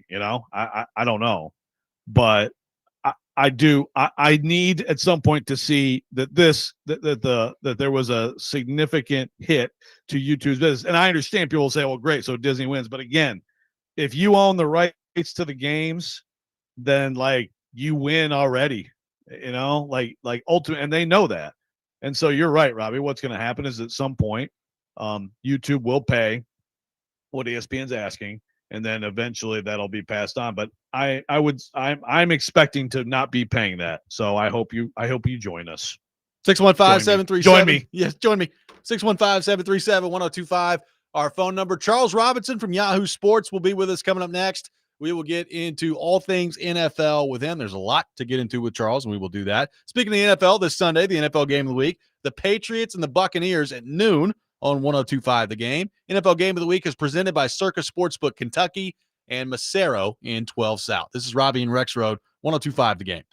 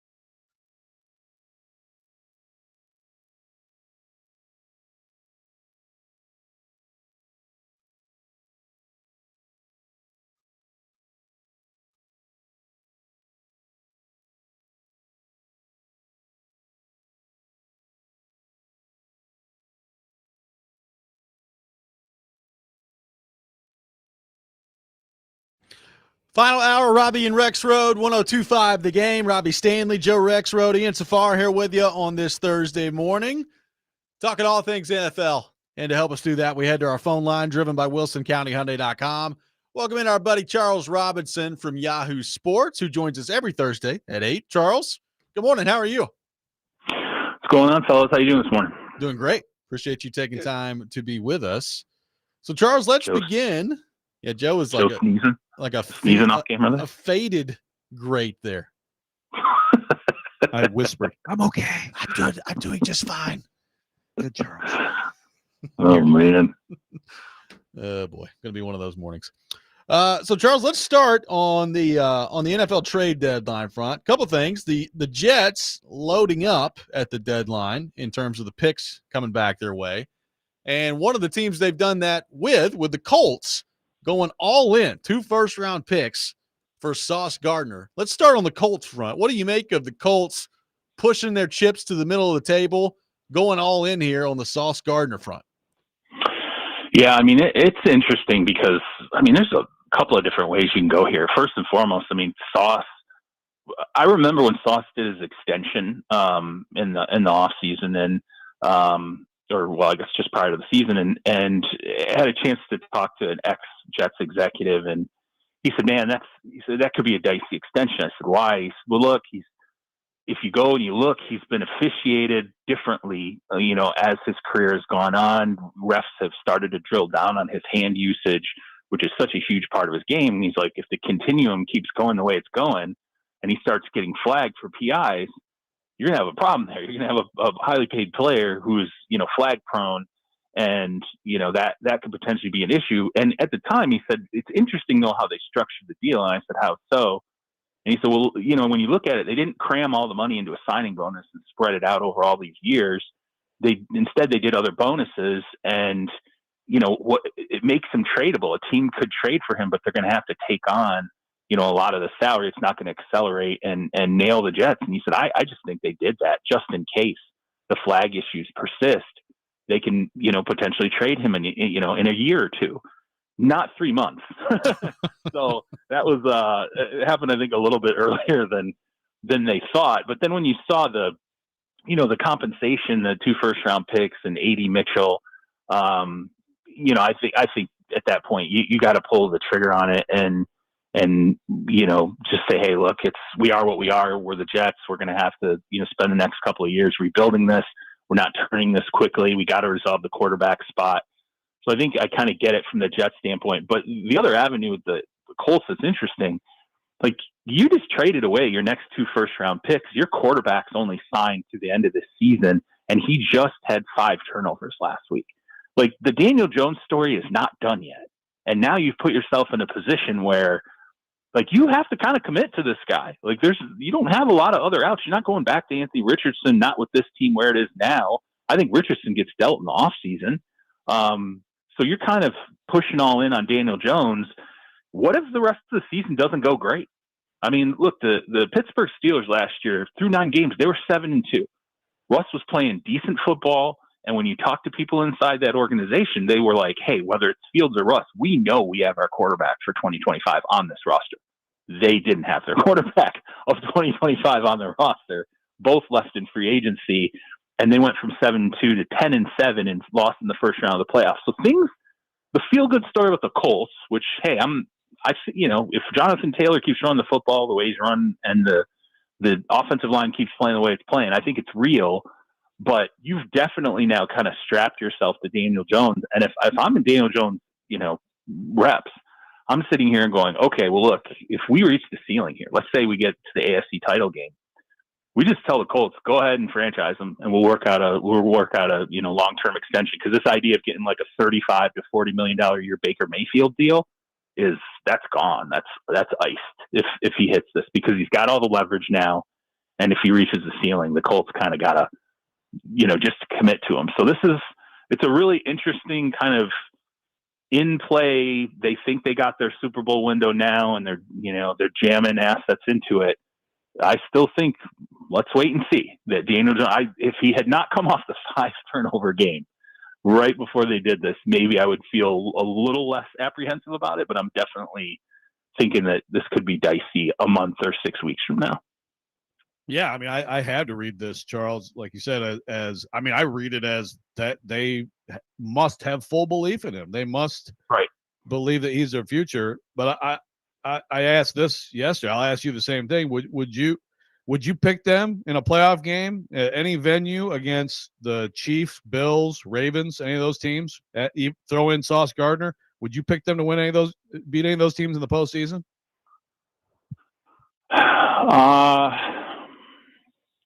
Probably not the Chiefs, and probably not the Bills. Yeah, the Ravens. Yes, because I think I forgot you're a Ravens hater. That's right. Well, we'll see where their defense gets. Look, I think Lamar being back, and do I think the Ravens have a chance to, they'll be the team that in late December we're like, why were we, freaking out? Why were we? Absolutely, sure, they can be, but I think the two that I would still stick with and say, the Bills, when they're balanced, they're running the football, it's a really hard team to beat. And the Chiefs, it is what it is at this stage. Although I still think they should have added at the deadline. They didn't. Well, really, frankly, I think both those teams should have added at the deadline. And that's kind of the weird twist in this. The two teams I think could have still used help didn't go out and get it. And the one team that we didn't expect to necessarily load up. Although I had heard the Colts were shopping for a defensive piece. I thought it was Trey Hendrickson. They end up going and making the move. At the very least, I think we can agree the Colts probably at least slightly close the gap. I mean, they did something to help try and, close that gap, because Sauce is I don't know. He's not the all-pro player that he was early in his career. It's just, he has not been, but he is still a very good cornerback.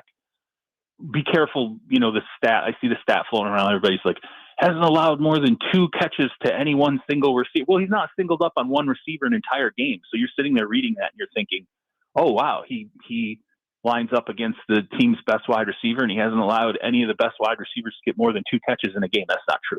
He's not always on one receiver. So it's kind of weird manipulation of stats to, push this idea that he's still this top 3-4 corner, and he's not.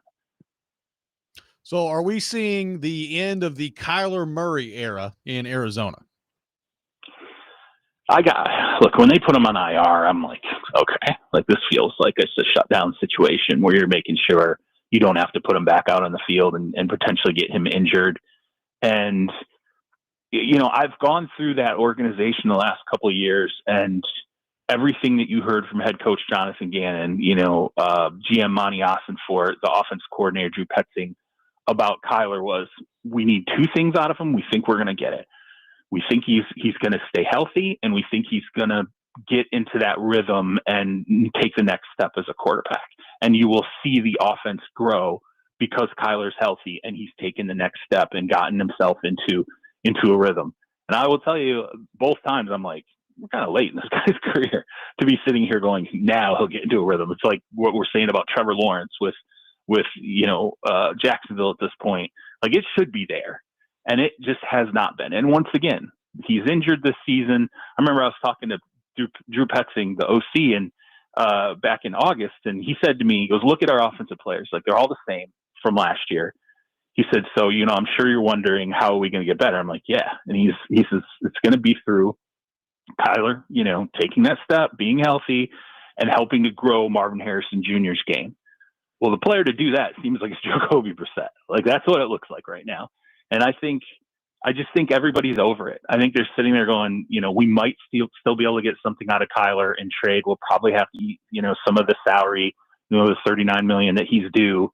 But we may still be able to move him as a trade commodity. But yeah, it feels like they've turned a page, and what they said he needed to do has not happened 2 straight seasons. And if one season's not a referendum, 2, I think, has to be. Like, you can't keep.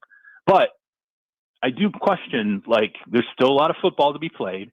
Jacoby Brissett could absolutely face plant. And does that push them back into deliberations again, late in this season, if Jacoby Brissett, what they've seen in, a few games, does not end up being the bridge guy they're hoping he ends up being?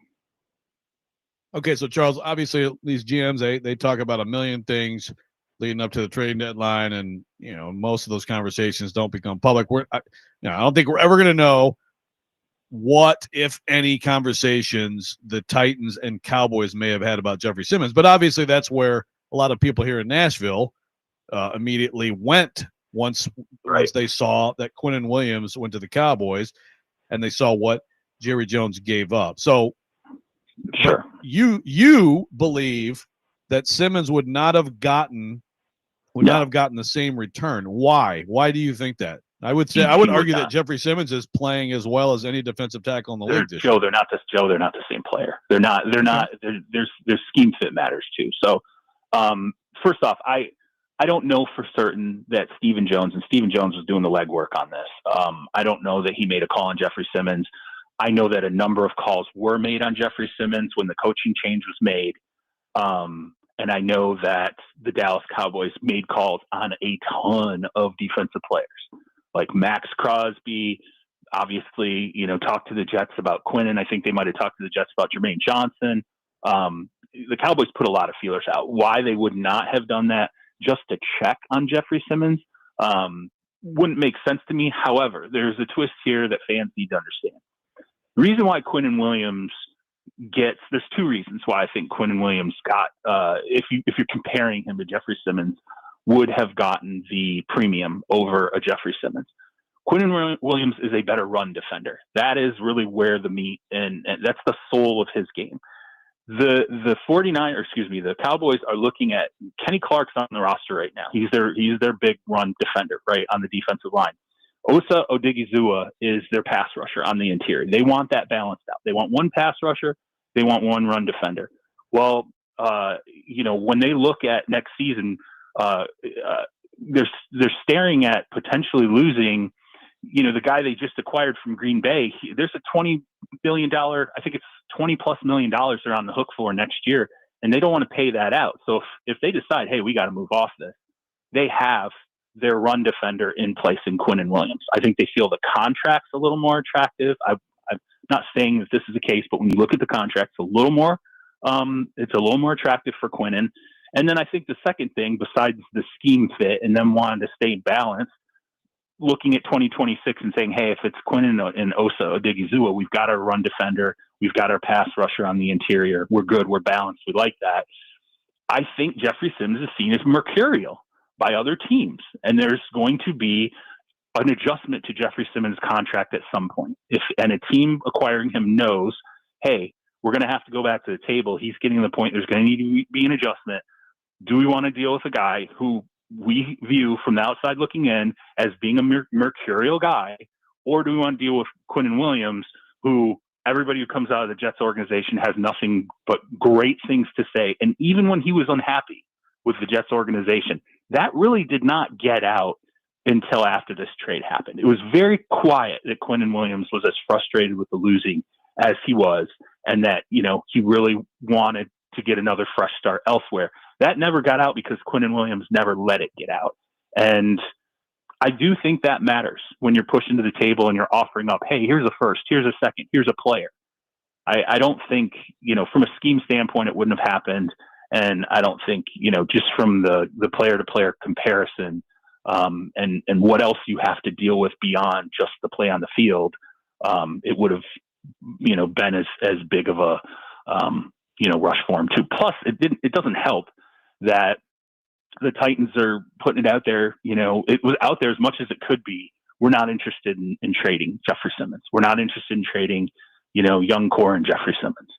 So, it is what it is. I hate to burst the bubble of Titans fans who think, well, we could have gotten a first and a second, and Mozzie Smith, you couldn't have gotten that, because the Cowboys did not want to pass rushing interior players when they already have a pass rushing interior player who they just paid and is going to be there for years.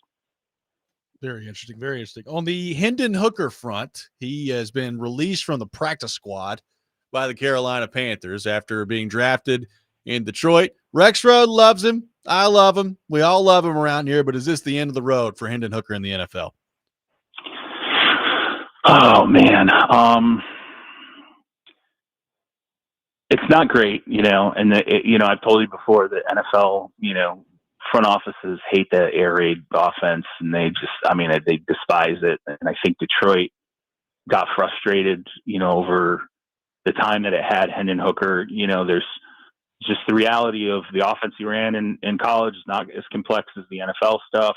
You have to show you can handle the complexity and then the speed of the, the game. And that ultimately just never got where it needed to be, for Detroit. I knew when he went to Carolina and then all of a sudden they added Mike White and then they promoted Mike White as their third quarterback. I'm like, oh God, that's bad. Like that's, he can't even get off the practice squad at this point. You kind of knew this was a situation where he needed to, look elsewhere. I think the release is more of a, hey, I think they love him as a guy, right? But I think it's you got season left, maybe you can go and find something. You can go ahead and your representation can shop you, and maybe you can catch on with a practice squad elsewhere with something else that fits, because Carolina just came to the point where they saw what Detroit saw. It's not. There's just something there that's not clicking, ultimately on the NFL level. I'll always believe that had he not, suffered the knee injury in college, I always wonder what could have been for Hendon Hooker. But yeah, this is definitely a point where I don't know that he might have to go elsewhere to another league, maybe to rejuvenate the thought and the inclination to bring him in and try to develop him. And he's not a young player either. Let's remember that. Just to clarify, it's not the air raid is like what Mahomes ran at Texas Tech. It's the Bryles offense, right? I mean, it's different than the air raid. The Bryles. Yeah, the Bryles. But it's also interesting because like Jackson Dart, I mean, look, everybody who runs that offense in college is hoping someone hits and really hits, and we still have not seen anyone really hit. Maybe Jackson Dart is the guy. I mean, because that is the exact offense he ran at Ole Miss. But, right. And Dart had those. That was the thing too. Dart had those questions. It was how does this ultimately translate? I mean, I'll say this for Dart. He's definitely used his athleticism more than I think. I mean, people knew that he was an athlete. He could do some of the stuff he's done at NFL level in terms of taking off.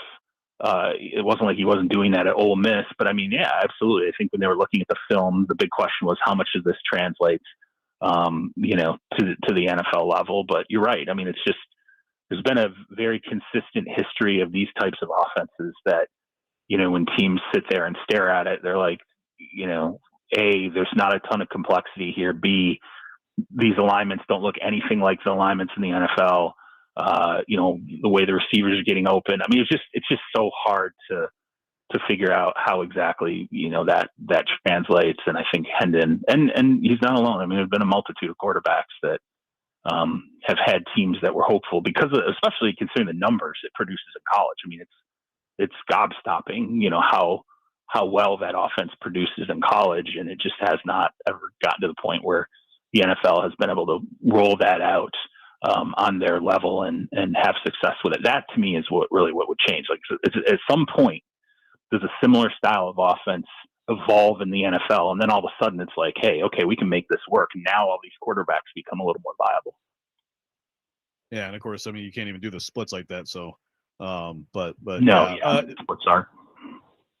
So Charles, let me ask you. We watched last week the Packers and Lions both stunk it up. The Rams look good, but the Eagles again are aggressive at the deadline. They get Jalen Phillips. Do you look at them now with that and the other moves they made to shore up the secondary? Are they the favorite in the NFC? Yeah, but I will say I'm coming around on Seattle pretty fast. Like, and low key, like the Rashid Shaheed addition is a way better addition than it doesn't pop the way that the other additions made, but it's like this thing where you look at the Seattle offense, and particularly the way Jackson Smith and Jigba produces, which is just getting open. You knew they could use a deep element there. And to me, like Shaheed, even if let's just say he's a one-trick pony, really is just a deep guy, which I don't think is the case, but let's say he is. It's okay because it's exactly what they needed. They needed a burner. He is 100% a burner. He will produce. I would be shocked if he doesn't end up producing huge explosives. for Seattle. And watching Darnold, look, I have definitely questioned him over and over and over again. Even last season, I'm like, let's see. And at the end of the season, I'm like, oh, see, shows you who he is. When he's under pressure, he doesn't go through his reads. I've been really impressed at the way he's played in Seattle. And, the defense is a hell of a defense. And, so Seattle, low key, and particularly if you got to go to Seattle, that's the team that's starting to look a little scary. Like the Packers are a mess. Like there's definitely some lack of maturity. Something's, not right on head coach. Yeah, I mean, hey, listen, in terms of consistency, I think you can absolutely pin that to LaFleur because they are not consistent in terms of, how hard they play, how good, how prepared they look at times. So the Packers, I would say it's the Eagles and Seattle at this point. And the Eagles, crazily, man, like the Tank Bigsby edition is really good addition for the Eagles. It was like people forgot when they were listing how he's trades, and then they just throw Tank Bigsby in there, and they're like, oh, most people forgot about this because it was the beginning of the season.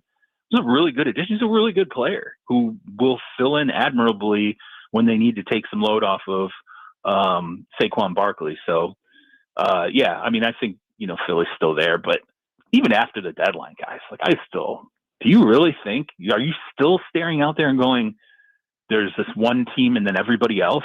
I know Joe wants to say Kansas City, and I get it. I understand that, but I still think they have, flaws, and they should have added. Their defensive line got wrecked late in the game against the Bills. Like I couldn't believe what was happening to Kansas City's defensive line. They were so gassed, and you don't make any move to try and help bolster some depth there. The running game still, I question the consistency of it. You don't do anything there. Like you look at supposedly Breece Hall, they wanted a third. The Chiefs wouldn't give up more than a fourth. I don't know. I probably would have given up a third at this point for Breece, even on a rental, if I felt like this gets us another Super Bowl. Charles, on the I'm sticking with the Ravens, man. Ravens win it all. He is very consistent on the Ravens. Man, the Ravens. What is this from early in the season? Is that it? You're just trying to stick to what you said at the start? You're not willing to evolve your thoughts? No, just go ahead and get your popcorn. I mean, Lamar's back, and we'll see. Draymond Jones, they added him. Draymond Jones, baby, here he comes. That's the kind of points of data I was looking for. Yep. Get your popcorn. Lamar's back. That was good stuff.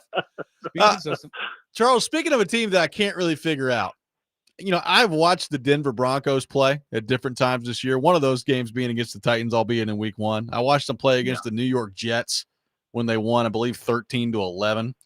They squeaked past Houston this past week with an 18-15 win.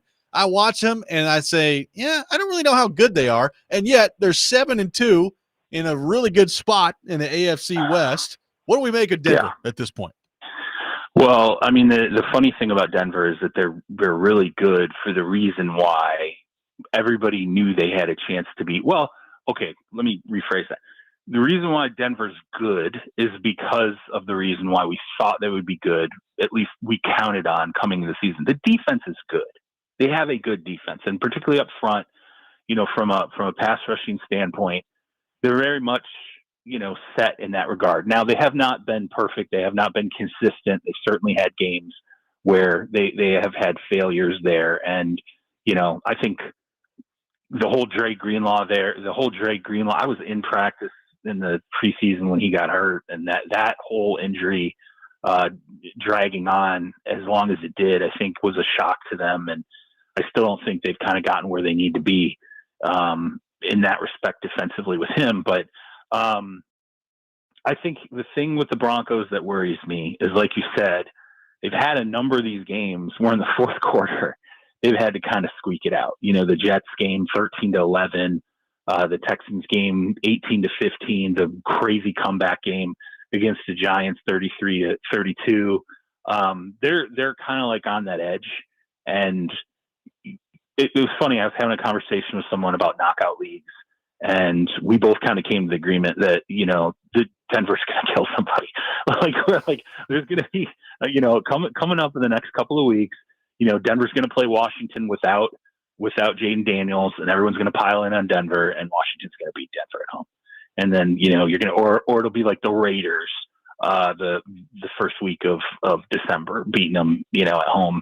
I feel like that loss is in there, and then we get into this conversation about, are we sure Denver is what their record says they are? I think it's just offensive consistency. They don't have a number one receiver. I'm sorry, but Cortland Sutton was not a number one receiver. They didn't really truly pay him number one receiver money, particularly concerning the commitment. I think they just needed more. They need more at the wide receiver spot. And then I feel like the running backs work well. They're kind of figuring out how the rotation can work, but even Bo Nix has not, to me, been as consistent as he could be. He's had a lot of fourth quarter heroics, but I think on balance, if you put together his first to third quarters, there's been a lot to dislike, so far in terms of, or at least question. So I'm with you. Metrics are bad on him. Yeah, it's not great. It's not. And that's why I think I keep thinking about these fourth quarters. I'm like, you can't keep doing this. You can't keep, playing these games close and then, coming through in the fourth quarter. That only lasts for so long. And then when it turns on you, it really turns on you hard, and you got your hands full, which is why I truly think like they've got to go out and invest they're never going to pay, like Sean Payton's never going to pay number one receiver money like the way that number one receivers get paid now. He's never, he did it the one time with Michael Thomas, and he regretted it. And it's burned into his brain forever. He's like, I'm never going to do that with a guy again. And so I don't know how they're going to have to draft a guy and hope that he develops into a high end number one, because they definitely need that. It's not, Mims is what he is, Cortland Sutton is what he is. They just don't have a true blue, top 5 to 7 number one that other playoff teams do. Charles, wonderful stuff as always. Appreciate so much you taking time to be with us this morning, and we will talk to you next week, my friend. I appreciate it. How'd you guys Halloween go, by the way? Good? Any good turnout? Good turnout. Went very well. 2-year-old was Olaf. Very much enjoyed it. Oh, that's great. So we've done full-size candy bars the last couple of years. Oh boy. So we have awesome. Oh yeah. So so we're like, the first year went great. A ton of people, like everybody loves it. They lose their minds when they see full-size candy bars. So this year, we probably had, 50, 60 full-size candy bars. One trick-or-treater. Oh no. Hey, you got a lot of candy to eat. One trick-or-treater. No, Dawn took it all to work. Okay. And good. it's scary. It's scary to see how adults who earn paychecks react when they see free full-size candy bars. Guilty There as is no shame in the world. It doesn't matter how much money you make. It doesn't matter how old you are. If someone puts out a basket of 60 full-size candy bars, they were gone in like 15 minutes. Oh yeah. Like that. Come on, man. What are we doing here? I can't say anything. I'd do it. That's what I'd do. Stuff in the pockets. Yeah. All right, guys. Thank you, Charles. Appreciate you. Charles Robinson with us every Thursday morning at 8:00 here on the program. Lots to react to there from Charles. We will do that coming up next. Robby and Rexrode, 102.5 The Game.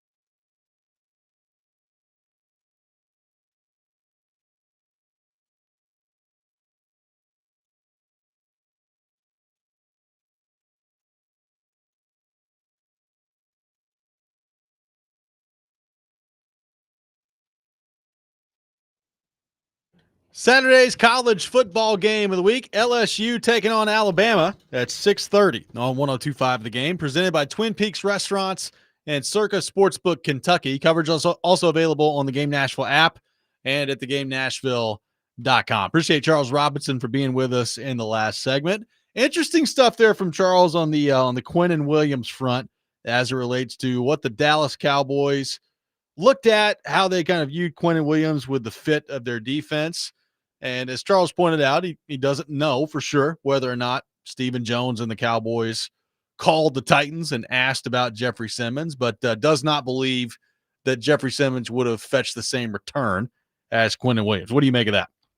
Well, I did say yesterday that the run stopping element of Quinnen Williams may have been more attractive to them, but I also still, I understand he did a good job of breaking it down how they look at it. I still would argue that, if you assess like the overall value of the two players, even if one's a better scheme fit, I can't buy that like there's some huge difference in return.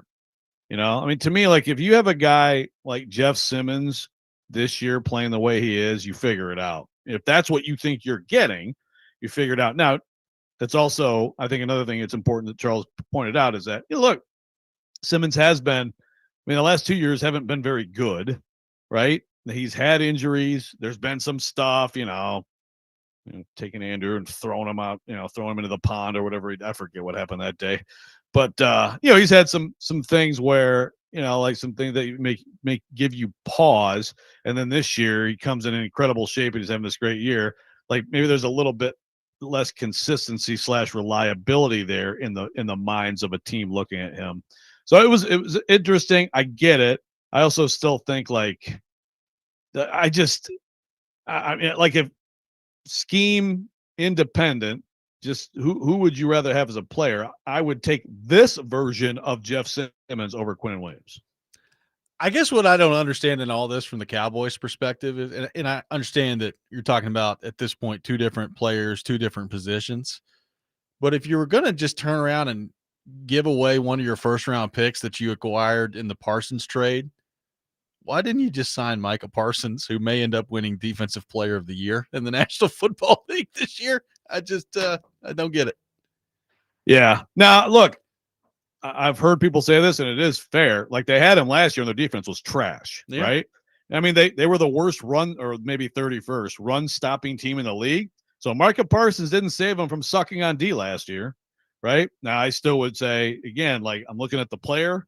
He's a great player. You make him the centerpiece, and you improve in the areas where you're weak. But clearly, they look at it like if we aren't solid in the interior, then we have no chance. And I do think there's some truth to that.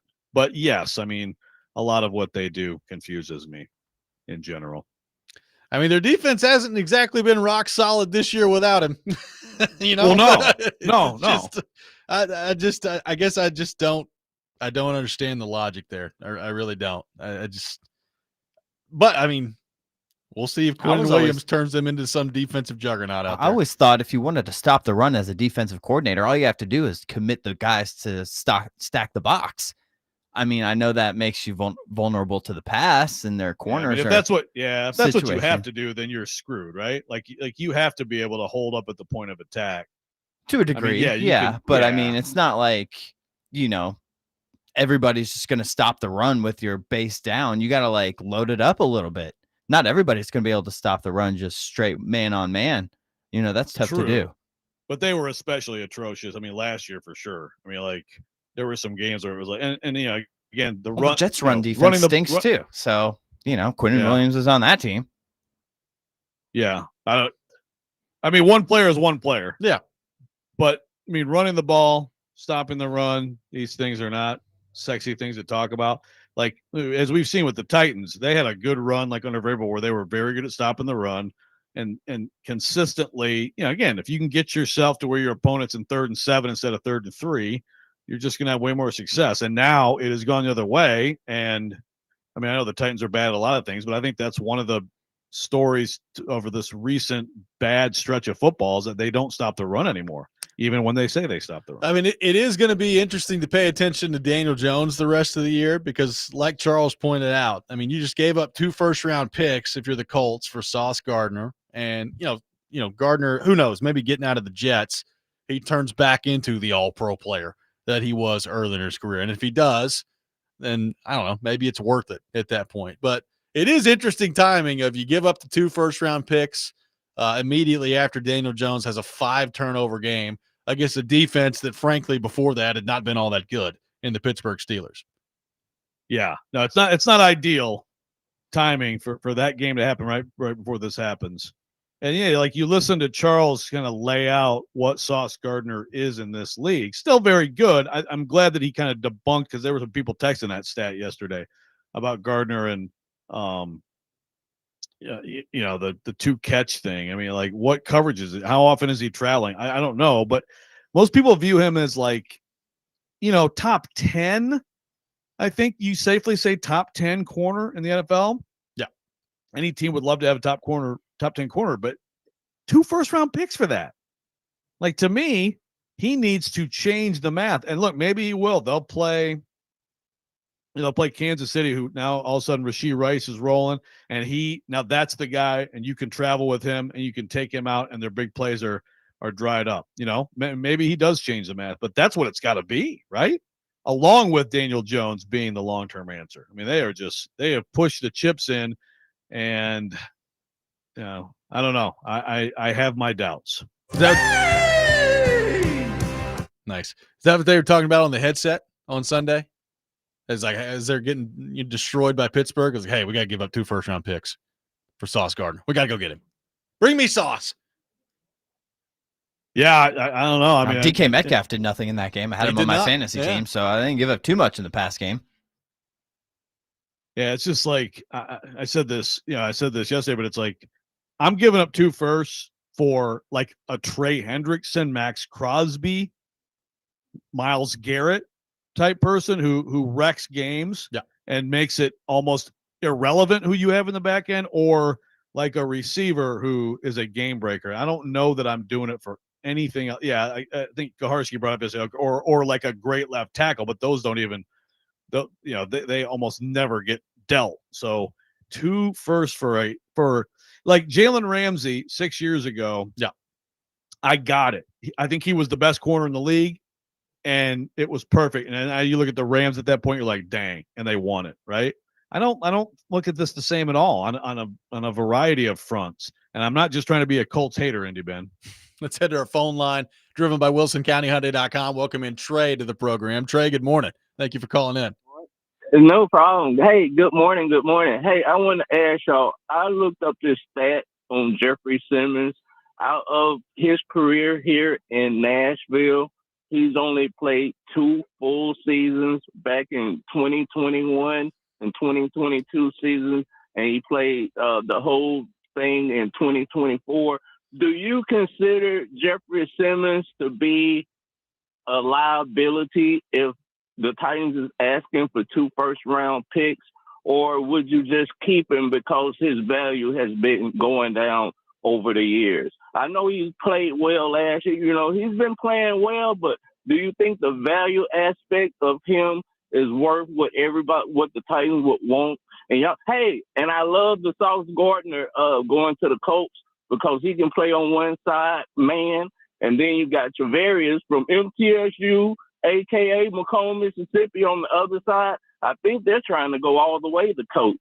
And y'all have a good day. Thank you for taking my call. Have a blessed one. Thank you, Trey. Appreciate it. We'll get more into the Simmons part of this coming up next. Take your thoughts. 615-737-1025. Robby and Rexrode, 1025 The Game.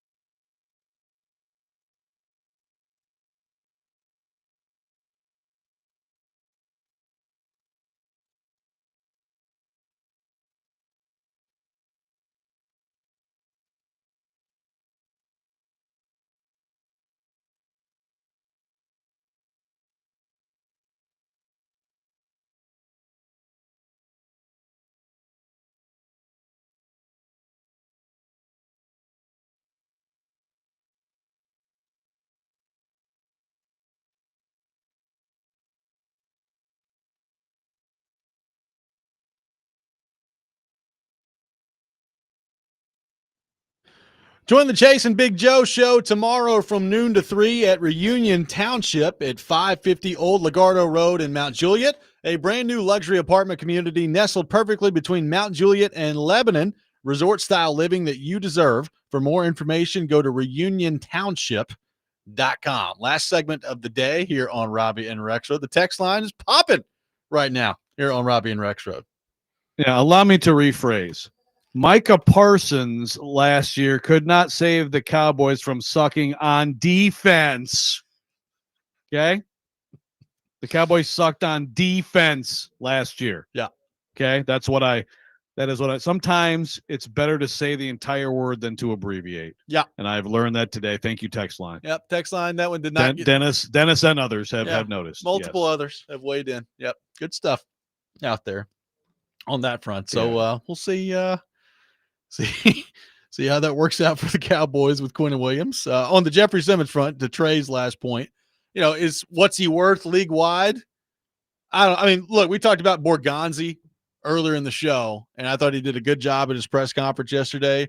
But one thing that became pretty crystal clear throughout all that, Joe, is they love Jeffrey Simmons, not only the way that he's played, but the quote unquote culture that they're trying to build and all those things that we've talked a lot about around here.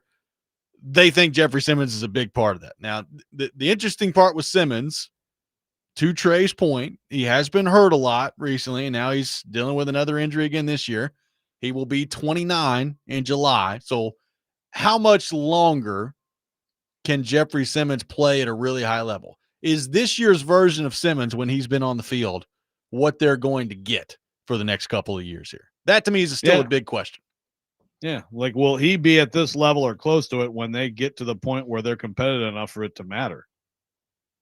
I don't know. They need to get moving on that. But another part about that is, and I think this is a good one, obviously Kaharski was in yesterday and Borgonzi hadn't talked it. And I do think that among many things from Borgonzi yesterday, that did stand out in terms of just how effusive he was in praising Simmons as a culture setter.